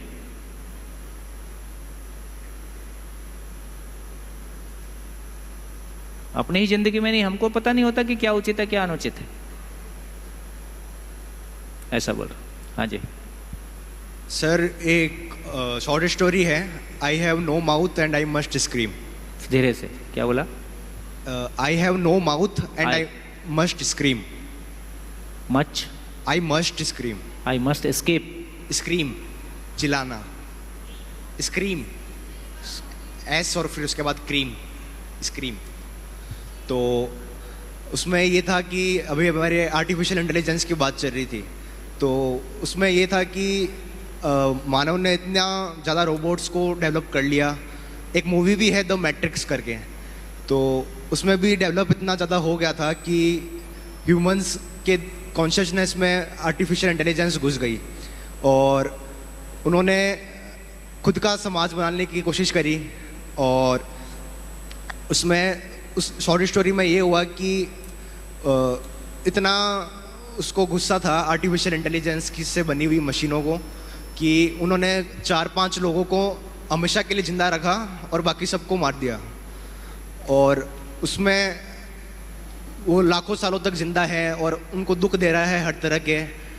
और ऐसे फिर आम आदमी को कोई अक्ल नहीं है, कुछ लोग थोड़ा सा ज़्यादा सोच लेते हैं, सबको बुद्धू बनाने का एक विचार देके सबको बुद्धू बनाए रखते हैं। इतनी ही बात है ना। ये बहुत सारी तमाम फिक्शियस कल्पनाएं और तमाम ये बहुत सारी चीज़ें है ना, किस सीमा तक जा, जैसे कल ये चर्चा हुआ कि बेसिकली मानव में क्लोनिंग सफल नहीं हो सकता है। नहीं हो सकता है मतलब नहीं हो सकता है। क्यों नहीं हो सकता है? क्योंकि जब भी आप क्लोनिंग करोगे आप विवेकानंद की शक्ल का दूसरा विवेकानंद बना सकते हैं, लेकिन विवेकानंद का शरीर विवेकानंद नहीं है। वो जो विवेकानंद की क्वालिटी है वो तो उस मैं का क्वालिटी है जो एक है, और जो दूसरा वो है नहीं, और वो मशीन से बनता नहीं। इसलिए जब तक हम मानव का अध्ययन, मानव की क्लैरिटी हमारे पास नहीं है कि मानव चीज क्या है, ऐसी एक कल्पना को खींच के हम कहीं तक भी ले जाएं और उसको प्रभावशाली तरीके से उस पर फिल्म बना दें, नॉवल लिख दें, आदमी बेचारे को कोई काम है नहीं, उसकी कल्पनाशीलता में दम है नहीं, वो बेचारा बुद्धू बनता रहता है, आपकी दुकान चलती रहती है। सर एक और एग्जांपल है, एलोन मस्क की एक और कंपनी है न्यूरालिंक करके, और इसमें उसने एलन मस्क को एक ईमेल डालो कि तुम में कोई बुद्धि है, दम है, तो इस धरती पे मानवता लाके दिखाओ, और पहले तुम्हारा घर बसा के दिखाओ, है ना। घर नहीं बस रहा है बेचारे का, ठीक हो गया। आदमी के साथ हमको जीना आया नहीं, धंधा करने में उसकी मास्टरी है, ये बात ठीक है। इनोवेटिव सोच है, बहुत सारा कुछ हट के आदमी सोच पाता होगा, उसका कोई अपना सपोर्ट सिस्टम होगा, वो एक अलग बात है। कल को हो सकता है वो अमेरिका का राष्ट्रपति हो। सर उससे डिप्रेशन ठीक हो जाएगा, एल्जाइमर्स ठीक हो जाएगा, ऐसी अनुसंधान चल रहा है। चलो मैं कहता हूँ कि मान लो कोई अच्छी बात है, पर मैं कहता हूँ देखो ये एक हमारे पास एक ही प्लेनेट है अभी नोन। इस प्लेनेट को बचाए रखने के लिए कुछ सोचें, इस पे मानवता को बचाए रखने के लिए कुछ सोचें, कि तमाम जो कुछ सोचें हमने धंधे के हिसाब से सोचें, दम है तो ऐसा लगाओ। और इस बात की ज़रूरत है। अभी आदमी बुलेट ट्रेन से नहीं भी चलेगा। मैं एक बार दिल्ली जा रहा था, पुरानी बात है, रायपुर से दिल्ली है ना, वो करीब 22 घंटे की जर्नी। मेरे सामने 3 लड़के बैठे थे, वो चर्चा कर रहे थे कि इंडिया कितना पिछड़ा हुआ है, और बुलेट ट्रेन होती तो 3 घंटे में ही पहुंच जाते, और सब नेता सब बेच के खा गए, ऐसा वैसा। तो थोड़ी देर में थोड़ी हमारी दोस्ती हो गई। तो मैं देखो अच्छा ही है इंडिया में बुलेट ट्रेन नहीं आई, तुम भी 24 घंटे आराम में हो, तुम्हारे घर वाले भी आराम में हैं, तुमको जाके झगड़ा ही करना है। तो बिना सद्बुद्धि के आदमी का गति बढ़ेगा तो वो दुर्गति की ओर ही जाएगा। बिना सद्बुद्धि आए आदमी के पास पैसा आएगा तो वो दुराचरण की तरफ ही जाएगा। तो मेरा कहना है कि भैया गति क्यों बढ़ाना है ये भी तो तय हो पहले। आप पूरी धरती का रिसोर्स यूज करके अपनी गति बढ़ा के संसार में दुर्गति ही लाओगे, इसका तो कोई मीनिंग नहीं हुआ ना। क्यों हम इतने मोटे मोटे शहर बसाए जा रहे हैं? आज तो देखो सोचने की बात है, हम सब यहाँ सोचने वाले लोग हैं। कभी ये सोचा है कि हमको तो कम से कम इतनी अच्छी एजुकेशन मिल गई, वो जो गांव में मेरे दोस्त रहते हैं, जिस गांव से मैं आया हूँ, उन बच्चों को एजुकेशन कब मिलेगी? हम तो जिस एजुकेशन को खराब बता रहे हैं उनको तो बेचारों को वो भी नहीं मिल रही। सॉल्यूशन है तो इस पे सोच के देखो ना, है ना। पूरे देश की 90% पॉपुलेशन को कोई एजुकेशन नहीं मिल रही है, दम है तो कोई इस पे सोच के देखे। तो ऐसा सोचेंगे तो मेरे को लग रहा है कि सोचने लायक बहुत सारी बातें हैं, तो हम सोचते वही हैं जिसमें से पैसा आता है। लेकिन सर डेटा वाइज भी देखा जाए तो मतलब काफ़ी पॉजिटिव रिजल्ट्स ही आए हैं। क्लाइमेट चेंज के अगर पर्सपेक्टिव में भी देखें तो अभी टेस्ला ने काफ़ी कंट्रीब्यूट किया है, मतलब डेटा से है ये। अरे अब मैं कहता हूँ अभी नई प्रॉब्लम आएगी, अभी तो सारी बैटरी खराब होंगी, ये कहाँ जाएंगी? तो आदमी को ये भी तो सद्बुद्धि हो कि यार कार चलाने की भी कितनी ज़रूरत है। तमाम वर्ल्ड में जो पब्लिक ट्रैफिक है उसको कंपनीज आप मिलके सरकारों को पैसा खिला के पब्लिक व्हीकल ना उपलब्ध हो लोगों को, इसको प्लान कराते हैं, क्योंकि पब्लिक व्हीकल आएगा तो उनकी कार नहीं बिकेगी। तो ये जो माइंडसेट है, पेट्रोलियम लॉबी एक तरह से काम करती है, फार्मास्यूटिकल लॉबी एक तरह से काम करती है, फर्टिलाइजर लॉबी एक तरह से काम करती है ना। तो सार इतना ही है कि मैं वर्ल्ड का सबसे पावरफुल आदमी और मेरा प्रोडक्ट कैसे चलेगा। ये बैटरी जिनकी बात हम अभी कर रहे हैं ये 25 साल पहले से उपलब्ध है, ये मिलिट्री में यूज़ होती थी, इसको आम आदमी के लिए क्यों नहीं उपलब्ध कराया? जब तक आपके पास बिजनेस करने के लिए दूसरी आइटम थी तब तक आपने इसको बाहर नहीं आने दिया। अब आपको लगता है कि अब इस पे बिजनेस किया जा सकता है तो बैटरी आ जाएगी। तो मेरा कहना है कि बहुत आराम से मैं ये कहना चाहता हूँ कि ये धरती बहुत सुंदर हो सकती है, बहुत साफ़ सुथरी हो सकती है, बहुत इस पर बढ़िया काम हो सकता है, लेकिन बशर्ते कि हम मानव में गुणात्मक परिवर्तन को उसकी मानसिकता के ढंग से सोचेंगे, मानसिकता का नहीं सोचेंगे तो नहीं बात बनेगी। हमारे लिए सबके लिए प्रेरणा ये है कि मैं एक बड़ा बिजनेस कैसे, अब सबको एलन मस्क को और तमाम लोगों को देख के एक ही प्रेरणा है कि मेरा करोड़ों का टर्नओवर वाला आइडिया कौन सा होगा, है ना। मानवता का कोई आइडिया लाओ, ज़रूरत है लोगों को, उसमें दम है तो लगाओ, कुछ अपने में दमखम है तो बात करो। फिजिकल ये मैथमेटिकली सोच पाना, इसमें कुछ अच्छा बड़ा कर पाना आसान है। चेतना में उतर के देखो तो पता चलेगा दुनिया कैसी है। भी चेतना को भी बढ़ाया जा सकता है और साइंटिफिक इनोवेशन जितना इस प्लेनेट पे हो गया शायद इस प्लेनेट की ज़रूरत के लिए काफ़ी है। तमाम ट्रांसपोर्टेशन का माध्यम, तमाम और तरह की तमाम चीज़ें, कुछ कमी होगी तो पूरा हो जाएगा। आज जहाँ हम खड़े हैं वहाँ ज़रूरत इस बात की है कि यदि मानसिकता ठीक नहीं है, ना अपनी ज़िंदगी चल रही, ना घर चल रहा है, ना कंपनी चल रही, ना देश चल रहा है ना। यूक्रेन युद्ध हो तो रहा है 4 महीने से, जब शुरू हुआ था तो बोलते थे 4 दिन में निपट जाएगा, अभी 3 महीने हो गए, 90 कितना 100 दिन हो गया है ना, 100 दिन हो गया है। तो इसका मतलब ये हुआ कि यदि हमारी इतनी अक्ल है तो मिलजुल के क्यों एक देश को बर्बाद होने दे रहे भाई। कितने घर बर्बाद हुए होंगे, कितने लोग मरे होंगे, कितनी महिलाएं, कितने बच्चे, कितने पशु, कहाँ कोई अक्ल की बात है। देश की सीमाएं आज भी बंदूक से तय होती हैं, समझदारी से कुछ तय नहीं होती है। तो हमारे पास एक ही चीज़ है कि हमारे पास बंदूक है या फिर हमारे पास किसी की इकोनॉमी कम ज़्यादा करने का मामला है। वाकई में हम इंसान हो पाए, मानव हो पाए, इस धरती को मानवता के ढंग से कुछ सोच पाए, ऐसा कहना मुश्किल है। बेचारा श्रीलंका को निपटा दिए।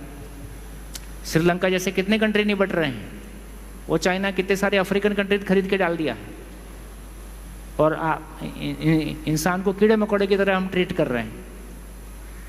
तो ये तो कोई मानवीयता नहीं हुई ना।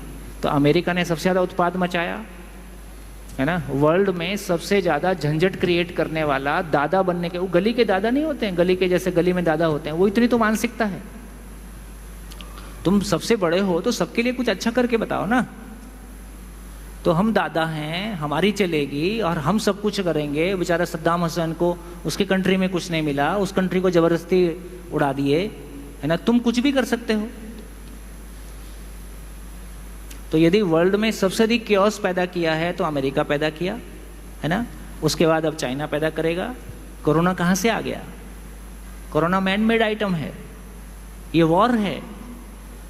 जब ऐसी चीज़ों, इकोनॉमी अपने आप में वॉर है, स्टॉक एक्सचेंज अपने आप में गेम है, और सब उन्हीं दिमाग वाले लोगों के किए हुए हैं, सब इसमें शामिल हैं। चाइना के बारे में इतनी हाय तौबा मची, उसके बाद सब शांत हो गए। अरे इतने लाखों लोग मरे, क्या बोलेगी तुम्हारी रिसर्च, कुछ तो बताओ कहाँ से आया। अब किसी की रिसर्च कोई काम नहीं कर रही, इसका मतलब सारे मिले हुए हैं ये।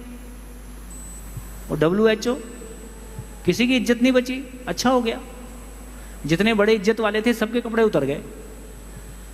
तो कम से कम जो विकासशील देश जिनको बोलते हैं उनके लोगों में जो भ्रम था, अभी लोग बताते हैं अमेरिका छोड़ छोड़ के दूसरे कंट्रीज में जा रहे हैं। अच्छी घटना है। इनका नशा उतरने की ज़रूरत है। बहुत सारे लोगों का नशा जो अधिमूल्यन कर रखा है हमने को तो लगता है कि वो बस है, स्वर्ग जो है अमेरिका है, कुछ भी करके अमेरिका पहुंच जाओ, चाहे एरोप्लेन की टांग पकड़ के जाना पड़े, लटक के जाना पड़े चाहे। हमारी तो शादी लंदन में हो रही थी, तब हमने अपने घर वालों को कह दिया था रोटी मेरे देश में है, दूसरे देश में जाऊंगा तो कुछ देने के लिए जाऊंगा, रोटी के लिए तो नहीं जाऊंगा। इतनी अकल तो हमको तब थी जब हमारे पास दर्शन नहीं था। तो मैं कहना चाहता हूं कि अपना कोई स्वाभिमान, अपनी कोई जिंदगी के सपने है ना, कोई बड़े सपने, हम कुछ अच्छा कर सकें, बढ़िया सोच पाएं, इस संसार से जब जाएं तो वो सुकून हमारे पास हो कि जिंदगी की कीमत हमने अदा की है, अपनी जिंदगी को हमने जिया है। सर, ऐसा सोचने की जरूरत है। लास्ट में यही सोच काम आती है, बाकी ये सारे सपने फू हो जाते हैं। हाँ जी सर, एक विचार आया कि भी जिनको हम एजुकेशन दे पा रहे हैं वो एलन जो ये बता रहा है, एलन मास्क क्या नाम है, एलोन मास्क, उन लोगों के पीछे हो गए और कुछ को एजुकेशन नहीं मिली। नहीं, उनको भी प्रभावित करने का, उन्होंने कुछ अच्छा काम किया भी है, उनको प्रभावित करने के तरीके भी हैं। अभी न्यूज़ में बता रहे हैं कि कुल मिला के उसको अमेरिका का राष्ट्रपति बनना है ना। तो एक लंबी तैयारी आदमी कर रहा होता है पहले से, क्या मालूम, और 2-5 साल बाद पता चल जाएगा। भैया स्टीव जॉब्स एक सक्सेसफुल पर्सन था, मरने से पहले उसने भी तो अपने सारा जो लाइफ का एक्सपीरियंस है वो शेयर किया कि मैंने अपनी लाइफ में कितनी गलतियां की है और ये सब करके मुझे कोई सेटिस्फेक्शन मिला नहीं। तो कई लोग शेयर भी करके जाते हैं। जिन सक्सेसफुल लोगों को हम लोग वाकई सक्सेसफुल मानते हैं, अंदर से बहुत खोखले होते हैं वो। नहीं, मेरा इतना ही कहना है कि किसी ने बड़े काम किए, किसी ने बड़े रोजगार क्रिएट किए, बहुत अच्छी बात है, लेकिन एक ही आदमी सारे दुनिया की बड़ी कंपनी चला देगा, इसकी कहाँ ज़रूरत है। सारे लोग मिलके कोई ना कोई काम करेंगे ही, छोटी मोटी बड़ी कंपनियां चलती रहेंगी। आदमी का बड़प्पन इस बात का है कि ये धरती हमेशा के लिए, आने वाली पीढ़ियों के लिए एक सुखद घरौंदा बना रहे। इसके लिए मानवता को इस धरती पे कैसे इंस्टॉल किया जाए। पर मानसिक शांति के स्तर पे उन्होंने अपना बताया कि मैं, ठीक है, मेरे को लगता है किसी व्यक्ति विशेष का चर्चा करने का बात नहीं है। मामला केवल इतना है कि मुझको क्या करना है, मैं किसको फॉलो करूंगा, मैं किसको फॉलो करूंगा, मैं किससे प्रभावित होता हूं और मैं क्यों प्रभावित हो जाता हूं। तो पहले मानव के रूप में अपने आप को पहचाने, फिर देखें अपने को किससे प्रभावित होना है। सर, एक डाउट था कि एलन मस्क एक बहुत बड़े एंटरप्रेन्योर है, ओके, तो उनसे मतलब एंटरप्रेन्योरशिप के लिए उनको अगर आप फॉलो करते हो तो वो एक सही चीज़ लगती है मुझे। लेकिन आप कह रहे हो कि एंटरप्रेन्योरशिप जो है, मानव के लिए एंटरप्रेन्योरशिप है कि एंटरप्रेन्योरशिप के लिए मानव है? एंटरप्रेन्योरशिप के लिए मानव नहीं है, मानव के लिए एंटरप्रेन्योरशिप है। तो सर इतना समझ के रखो। नहीं, एक डाउट है सर। तो पहले पर्पस क्या है उसको पकड़ो, हाँ। फिर किसी इन तरह की चीज़ों को पकड़ने की ज़रूरत है। पर्पस को पहले पकड़ना होगा, नहीं तो ना उधर से भी कोई, सारे लोग, सारे बिजनेस का एक ही सूत्र है, मोनोपोली। कुछ भी करो, सबको निपटाओ, अकेले प्लेयर हो जाओ और वही आपके संसार में खड़े होने का।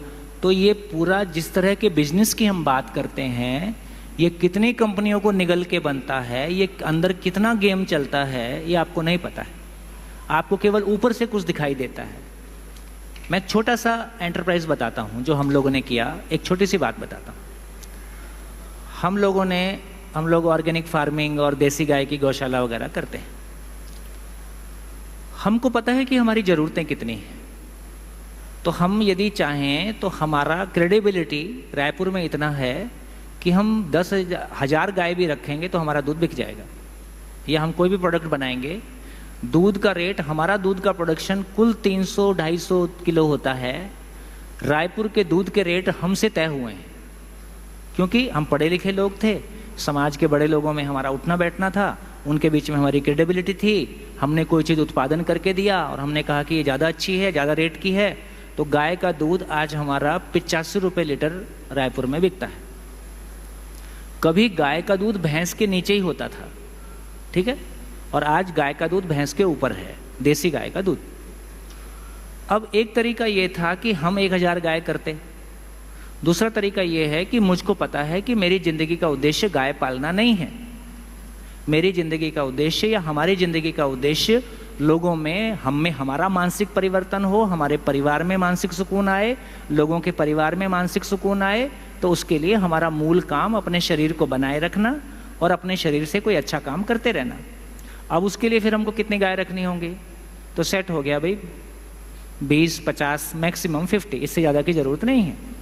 तो हमारे पास अब कोई भी गाय सीखने आता है, हमारे पास कितने लोग ऐसे आए हैं जो हमारे से केवल इसलिए दोस्ती किए, उनको लगता था कि कोई अपना बिजनेस सीक्रेट नहीं बताता है और कोई अपनी बात खोल के बात नहीं करता है। हमारे पास कोई आता है, वो 2 पूछता है, हम 4 बताते हैं, क्योंकि हमको इस बात का डर नहीं है कि कल को तुम गौशाला खोल लोगे तो हमारा दूध नहीं बिकेगा। हम तो चाहते ही हैं देसी गाय आगे बढ़े, सब कोई ऑर्गेनिक फार्मिंग करें, अच्छे से जिएं। तो जब आप अपने में निश्चित हो जाते हो, तो छत्तीसगढ़ में देसी गाय को प्रमोट करने में बिना हमारे किसी प्रयास के तमाम छत्तीसगढ़ में जो देसी गाय का प्रमोशन पिछले 20 साल में हुआ है, वो इसलिए हो पाया कि हमने लोगों को जो करते थे उसको खोल के बताया और उनको भी प्रोत्साहित किया। और ये वर्कशॉप करने से आदमी का माइंडसेट अपने आप ही ऐसा होने लगता है कि बिना आदमी का शोषण किए, बिना प्रकृति का शोषण किए कुछ अच्छा किया जाए, है ना। वो सूर्यकांत हमारे घर का बेटा है ना। मैंने परिचय बहुत कराया नहीं आपसे। IIT मुंबई से BTech MTech किया, अमेरिकन एक्सप्रेस में जॉब किया, 8 महीने बाद घर आ गया। उसके बाद क्या करना है वो सब तो नहीं करना है ना। फिर घर में आके ये हुआ कि क्या करे, तो IIT के बच्चों को कोचिंग देना शुरू कर दिया। इस बीच में किसी ने कहा कि बैठे ही हो तो कम से कम PhD कर लो। एग्ज़ाम जो भी उसके लिए एग्ज़ाम देते हैं, एग्ज़ाम दे के वर्ल्ड की टॉप 10 यूनिवर्सिटी में स्कॉलरशिप से एडमिशन हो गया। एडमिशन का टाइम आया, बोले नहीं करना है, पढ़ाई बहुत हो गई। अब करते करते ये हुआ कि किसी ने कहा कि चलो कैट दे लो, आए हम MBA ही कर लो कम से कम। कैट का परसेंटाइन 99.9, एडमिशन का टाइम आया, नहीं करना है, नहीं करना है। शादी का टाइम आया, बोले IITian से शादी नहीं करना है। वो बैठा आपके बीच में, है ना। और एक ऐसी बेटी से शादी किया जिसको अपना फार्म दिखाया, देख यहाँ रहूँगा, ये करूँगा, सब कुछ पहले से देख लो, अब शादी करना है तो बताओ। तो बिल्कुल एक जिसको एक IITian का एक जो सामाजिक लेबल और वो सब है, उसकी बजाय एक ऐसी बेटी से शादी किए जो बिल्कुल जिसको लगे कि हाँ मैं तुम्हारे साथ जैसा तुम सोचते हो ऐसा चलने के लिए तैयार हूँ। इतनी क्लैरिटी, इसकी ज़रूरत है कि नहीं है? मैं पैसे के पीछे जाऊँगा कि पैसा मेरे पीछे आएगा? मैं पैसे के पीछे जाऊँगा तो पैसा बढ़ा, पैसा बढ़ा कि आदमी बढ़ा?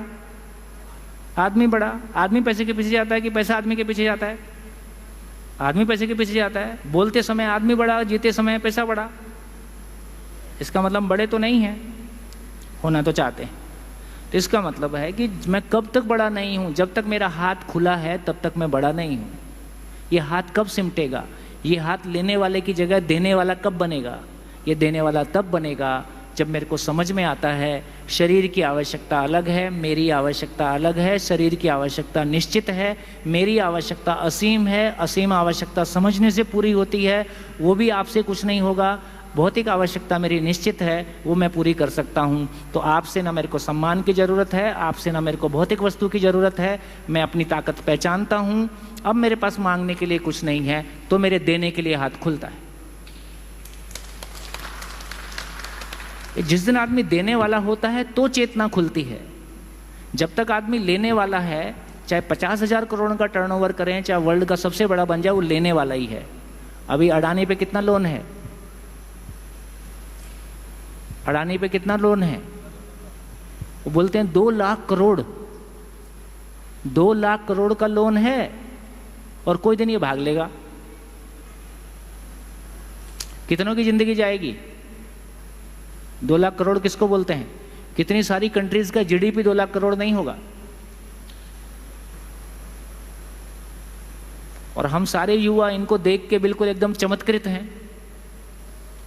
तो पॉलिसी लेवल पे लोचा करो, ऊपर के लेवल पे सब सेटिंग करो, और सारा माल घर में करो, इलेक्शन में जम के पैसा दो। गेम है, उसमें कोई एंटरप्रेन्योरशिप नहीं है। तो अगर चीजें नॉन प्रॉफिट वे में हो तभी वो है? अगर कोई बंदा नॉन प्रॉफिट वे में काम करे तभी उसको मान नॉन प्रॉफिट नहीं करो आप। प्रॉफिट लो, क्यों नहीं लोगे आप प्रॉफिट? आपके श्रम का प्रॉफिट लोगे ही, क्यों नहीं लोगे? लेकिन कुल मिला के आपका एफर्ट कोई भी हो, उससे मानवता स्थापित होती है तो आपका एफर्ट सर आंखों पे, नहीं तो जूते की नोक पे। और उसका प्रमाण कैसे हम? उसका प्रमाण यही है कि मानव में समाधान, परिवार में समृद्धि, समाज भय से मुक्त होता हो, प्रकृति में संतुलन सुनिश्चित होता हो। Thank you sir. अरे आदमी में बहुत दम है, अपन तो ऐसे ही अपने दम निकाले पड़े हैं। एलन मस्क आप कभी बन नहीं पाओगे, है ना, और अपने आप में हमेशा फेल अपने आप को महसूस करोगे। भैया अभी के युद्ध का हीरो है एलन मस्क है। नहीं, मैं कह रहा हूँ कि अब सारे लोग तो एलन मस्क नहीं बन सकते। हाँ। देखो अब कैसा गणित हो गया, सारे लोग एलन मस्क बन नहीं सकते और जिंदगी भर ये डिप्रेशन में रहेंगे। मतलब पहले हमारे टाइम वो बिल गेट्स चढ़े रहते थे, अब ये क्योंकि चिपका लिया अपने ऊपर कोई पोस्टर। हर आदमी अपने आप में ओरिजिनल है, हर आदमी किसी की कॉपी नहीं है। तो जब तक मैं अपनी ओरिजिनलिटी को नहीं पहचानूंगा, जब तक मैं अपने मानव होने को नहीं पहचानूंगा, मैं कैसा जीऊंगा? मैं किसी दूसरे के जैसा नहीं जी सकता हूं। कॉपी पेस्ट नहीं है जिंदगी।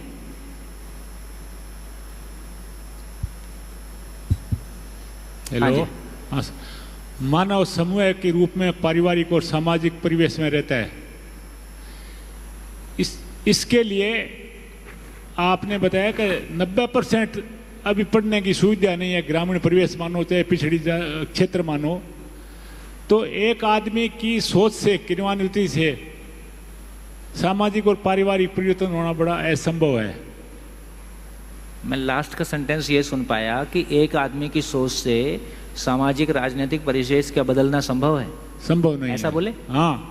कार्ल मार्क्स एक आदमी था जिसके प्रभाव में मात्र 70 सालों में विश्व के 2/3 देश की सत्ता बदल के उस प्रभाव में आ गई। वो ठीक है, हमें ऐसा कॉन्फिडेंस नहीं है। आपका नहीं है, वो तो आपकी प्रॉब्लम है ना। लेकिन विश्व में ये घटनाएं बार बार घटी हैं। यदि विश्व में कोई चीज फैलने वाली कोई चीज है तो विचार है। जड़ वस्तु फैलती नहीं है, पेन यहां रखा है तो यहीं रखा है। फैलने वाली चीज विचार ही है। यदि कोई विचार दुनिया के सभी लोगों को यह भरोसा दिला पाएगा कि तुम सुखी हो सकते हो, तुम्हारा परिवार सुखी हो सकता है, ये एजुकेशन सार्थक हो सकती है, ये व्यवस्था ठीक हो सकती है, वो जाएगा, उसको कोई रोक नहीं पाएगा। परंपराओं से हटकर, परंपराओं को, यदि परंपराएं सड़ी हुई हैं तो वो बदल दी जाएंगी, पहले भी बदली गई हैं, आगे भी बदली जाएंगी। व्यक्ति विशेष से बदलने में बहुत व्यक्ति विशेष क्यों रहेगा? व्यक्ति विशेष क्यों रहेगा? जब सारे में मल्टीप्लाई हो गई तो व्यक्ति सामान्य हो गया। एजुकेशन आज फैल रही ना सभी जगह, कोई मना तो नहीं कर पाएगा। व्यक्ति विशेष का मामला क्या है? जब कोई नियम के रूप में कोई चीज को पहचाना गया तो फिर व्यक्ति विशेष का मामला हट गया। नियम सभी को स्वीकार्य होता है, नियम सभी के साथ चलता है। नियम पढ़ना भी नहीं जानते हैं, क्रियान्विति तो अलग बात है। उसमें एक आदमी का आप ही देखना अगले 5 साल में राजस्थान में क्या होगा। अभी तो 5 साल हो संसार में, अभी तो जाने वाले नहीं हो। इन्हीं आंखों से देखना, और जब भरोसा हो जाए तब चल देना। ठीक है? अब और क्या बोलो? जिनको अभी चलना है अभी चलो, जिनको लगता है नहीं जब सब चल देंगे मैं पीछे लाइन में लगूंगा, तब आपकी इच्छा। जो पायनियर होते हैं, जो आगे चलने की हिम्मत करते हैं, वो अपना सम्मान कर पाते हैं, जमाने से सम्मान पाते हैं। चॉइस आपकी है। हाँ जी, आप कुछ कहना चाह रहे थे। अभी एक डिस्कशन हुआ था ब्यूटी पे। क्या चीज पे? ब्यूटी पे। ब्यूटी ब्यूटी मतलब हमारे समझने की चीज नहीं है, वो मैं ही समझ सकता है, ऐसा कुछ। ठीक है, तो उसमें 2 टर्म्स यूज हुए थे, symmetry and rhythm. Symmetry and rhythm जी। सो मैं जितना समझता हूँ, सिमेट्री एंड रिदम ब्रेन के लिए डाइजेस्ट करने में इजी होती है। That is why we prefer looking at symmetrical things. ठीक है। सेकेंड चीज, there is an example, Guggenheim museum. एक गगनहाइम म्यूजियम करके है, वो एकदम एब्स्ट्रैक्ट फॉर्म में बना हुआ है। माइक वो एकदम एब्स्ट्रैक्ट फॉर्म में बना हुआ है और बिल्कुल सिमेट्रिकल नहीं है, but still it is considered as one of the most beautiful structure. Second point ये था, इन्होंने ऐसा बोला था कि किसी जगह पे जाते हैं तो हमें एक वाइब फील होता है या ऐसा कुछ कनेक्ट करते हैं। सो मैं उसको कनेक्ट करता हूँ एनवायरमेंटल साइकोलॉजी से, कि आपका ब्रेन जो है वो किसी भी जगह में कलर्स, उसका स्पेस कैसा है, उससे इफेक्ट होता है। तो उससे आप थोड़ा कंफर्टेबल फील करते हो तो आपको शायद वाइब भी आती है। थर्ड पॉइंट मेरा ये है कि जब हम खुश होने की बात करते हैं तो खुश इंसान कहाँ होता है, वो सुखी इंसान कहाँ होता है, वो ब्रेन में होता है या फिर वो मैं में होता है? मैं तो मैं में ही कहता हूँ। तो फिर ब्रेन में जब भी आप खुश होते उसका हो प्रभाव ब्रेन पे आता है, डोपामिन रिलीज होता है। मतलब दोनों बहुत कनेक्टेड है, इतना अलग नहीं है जैसे हम अलग करके देख रहे हैं, उसकी हम चर्चा करेंगे। देखो मेरा इतना ही कहना है, अभी जैसे तुमको लगता है कि तुम्हारी एक क्लैरिटी है ना, अब समाज में प्रॉब्लम है, उतरो इनको हैंडल करो, तो आपको सारी क्लैरिटी समझ में आ जाएगी। ये किताबें अन्यथा नहीं लेना, कोई भी किताबें पढ़ के लॉजिकली अपनी कल्पना को सोचते रहना, ये एक तरह की दुनिया है, और जमीन पे उतर के चीज़ों को हैंडल करना ही दूसरी तरह की दुनिया है। तो जिस दिन आप पाओगे है ना कि वाकई में यदि मेरे को लगता है कि मेरे पास क्लैरिटी है, और अल्टीमेटली तो आदमी खुश रहना चाहता है, तो ये खुश क्यों नहीं है? कोई पॉइंट पे आप अपने आप से भी पूछोगे, और 10 साल आगे चलो, जिंदगी को और सामने आने दो, शादी होने दो और चीज़ों को आगे बढ़ने दो, तो बहुत सारी चीज़ें कल को ऐसे सामने आती है। जब मैं जॉब में था ना, तो मेरे को लगता था कि बस मेरे हाथ पैर खोल दो एक बार, उसके बाद तो मेरे पास सारे सॉल्यूशन है और मैं बहुत कुछ कर डालूंगा। एक दिन मैंने जॉब से रिज़ाइन कर दिया, और तब मेरे पास 12 घंटे खाली थे, और 12 घंटे रोज और लगातार 7 साल, तमाम इंटरनेशनल लिंकेजेस होने के बावजूद भी, तमाम सारी अच्छी दिल्ली में रह के तमाम सारी अच्छी लिंकेजेस में अपने लिंक्स होने के बावजूद, पहचान होने के बावजूद, जब गांव में जाके कहीं मन में गांव स्वीकार हो गया, नहीं गांव भारत की तो बहुत खूबसूरती है ना। मेरे को लगता है कि भारत का जिस तरह का जलवायु है, इतने सारे मौसम, इतनी बरसात, इतना सन, इतनी सारा ज़मीन, इतनी पानी, इतनी उपजाऊ शक्ति, यदि सही अर्थों में शायद अब वो समय आ गया जब भारत को अपने गांव विकसित करने की ज़रूरत है, ताकि ये जो शहरों में जिस तरह का इतना क्राउड और इतना चीज़ें मैनेज करने में मुश्किल हो रही हैं, तो शायद अब इंटरनेट और तमाम इन चीज़ों को यूज़ करते हुए गांव को इतना सुंदर बनाने की ज़रूरत है कि वाकई में वो रहने लायक जगह हो, वहाँ एजुकेशन से लेके हेल्थ फैसिलिटी से लेके सब कुछ आज इंटरनेट के थ्रू कुछ बहुत अच्छा किया जा सकता है। तो मेरे को ऐसा लगता है कि मेरे को किसी ज़माने में क्या गांधी जी को पढ़ के या मेरा कोई संस्कार रहा होगा, जब गांव में उतर के देखा और जब एक दूसरे की मानसिकता से जूझ के देखा, तो पता चलता है कि कुछ हिलता डुलता नहीं है। तो मेरा कहना है कि जिसको भी ये लगता है कि मेरे पास सॉल्यूशन है, तो गांव व्यवस्था की सबसे छोटी इकाई है ना। कोई भी किसी भी गांव में उतर जाओ और उनकी प्रॉब्लम को एक बार समझो, और उनकी प्रॉब्लम को हैंडल करने के लिए मात्र 2 साल उनके बीच में बिना फंडिंग के रहो, तो आपको अपना क्लियरली पता चलेगा कि मेरे पास क्या समाधान है और क्या समाधान नहीं। ऐसा करके देखो, जिसको भी लगता हो। मैंने जो इनिशियल 3 पॉइंटर्स बोले हैं, सिमेट्री, रिदम, वो आपकी बात ठीक है, उसको मैं भी जस्टिफाई कर दूंगा। आप बिल्कुल, आप जो कह रहे हो उसमें कोई गलती भी नहीं है। यदि ऐसा सोचने जाएंगे तो ब्रेन अपने आप में बहुत पावरफुल चीज़ है। ब्रेन अपने आप में बहुत पावरफुल चीज़ है। तो ब्रेन एक लेवल के बहुत सारे डिसीजन मेकिंग ब्रेन के लेवल पे ही होता है ना, एक लेवल की। लेकिन जब कंसेप्चुअली डिसीजन मेकिंग होनी है, अब मैं जैन होके कोई निर्णय लेता हूँ, है ना, अब हमको ये समझना होगा कि ये जैन सॉफ्टवेयर केवल ब्रेन की सेल्स पे डाउनलोड हो जाता है ना, या यदि केवल ब्रेन की सेल्स पे डाउनलोड होता तो दूसरा जब कोई विचार बोलता है, मैं तो सिंपल सी बात कह रहा हूँ ना, ये लॉजिक है, यदि ब्रेन केवल फ्लूइड है तो फ्लूइड से सबसे अधिक प्रभावित होने की जरूरत है, सिंपल सी बात है। लेकिन वो फ्लूइड जो है विचार से प्रभावित होता है, ये सोचने की बात है ना। तो धीरे धीरे मेरा इतना ही निवेदन है, जैसे इन्होंने एक अच्छा काम किया कि मेरे पास ये पॉजिटिव में, मेरे पास ये जीवन शरीर मैं शरीर अलग अलग है, इसके भी लॉजिक हैं, और ये साथ साथ हैं, इसके भी लॉजिक है। ऐसे मेरे को लगता है कि काम करना और ज़्यादा बेहतर होगा। कुछ लॉजिक ऐसे मिलेंगे जो बिल्कुल आपकी बात को सपोर्ट करेंगे और वो सही भी हैं। जैसे जितना भी प्रकार का सिक्रीशन है, ब्रेन में कोई सिक्रीशन होता है, लेकिन वो सिक्रीशन का मतलब क्या है? यदि एक आदमी का भाव वैसा नहीं है, उसके ब्रेन में वो सिक्रीशन नहीं होगा। जैसे किसी ने वो एक्सपेरिमेंट किया ना अमेरिका में, वो किसी को डेथ सेंटेंस दिया था, तो उसको वहाँ पे वो इंजेक्शन से मारते हैं। तो उसने कहा कि उसने किसी ने कोई वो था साइकोलॉजिस्ट, तो उसने कहा कि मैं एक प्रयोग करना चाहता हूँ, तो गवर्नमेंट ने उसको परमिशन दिया।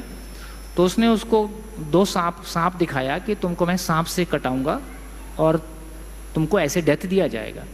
उसकी आंख पे पट्टी बांध दी गई, सांप के 2 दांत होते हैं, बिल्कुल 2 दांत जैसा पिन उसको चुभाया गया और उसकी डेथ हो गई। पोस्टमार्टम से वो ये सोचने की बात है कि पिन से सांप का जहर भी आगे जाएगा। तो इसका मतलब है कि जो उसने मान लिया कि ये सांप नहीं काटा है और वही रिजल्ट आ गया। तो ऐसे तमाम तरह के एक्सपेरिमेंट्स आपको मिलेंगे। तो ब्रेन ही शरीर को चलाता है, इसमें कोई शंका नहीं है।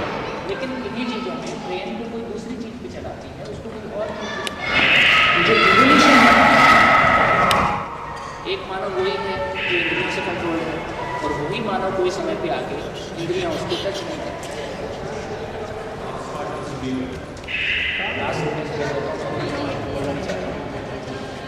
एक मानव वो है,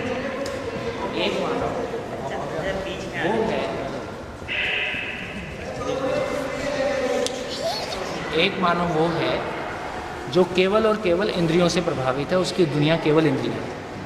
और वही मानव कोई दिन इंद्रियों के प्रभाव से टोटली अछूता है, इंद्रियां उसको टच नहीं करता। ये चेंज प्रोसेस में आए। ये सारे ऑब्जर्वेशन, यदि मल्टी डायमेंशनल ऑब्जर्वेशन हम लेंगे तो कुछ ऑब्जर्वेशन आपको ऐसे मिलेंगे जिसमें लगेगा कि मैं जो सोच रहा हूँ ये जस्टिफाइड है, लेकिन कुछ ऑब्जर्वेशन ऐसे मिलेंगे जहाँ आपको कोई आंसर नहीं मिलेगा। जैसे इन्होंने मशीन का एग्जाम्पल लिया। जब मुझ में विश्वास नहीं होता है तो मैं अपने अंदर से एकदम लो फील करता हूँ। विश्वास का ना होने से लो फील करना और विश्वास के होने से खुशी महसूस करना, इसको मशीन में डाल के दिखाओ। इसको मशीन में डालो। माइक।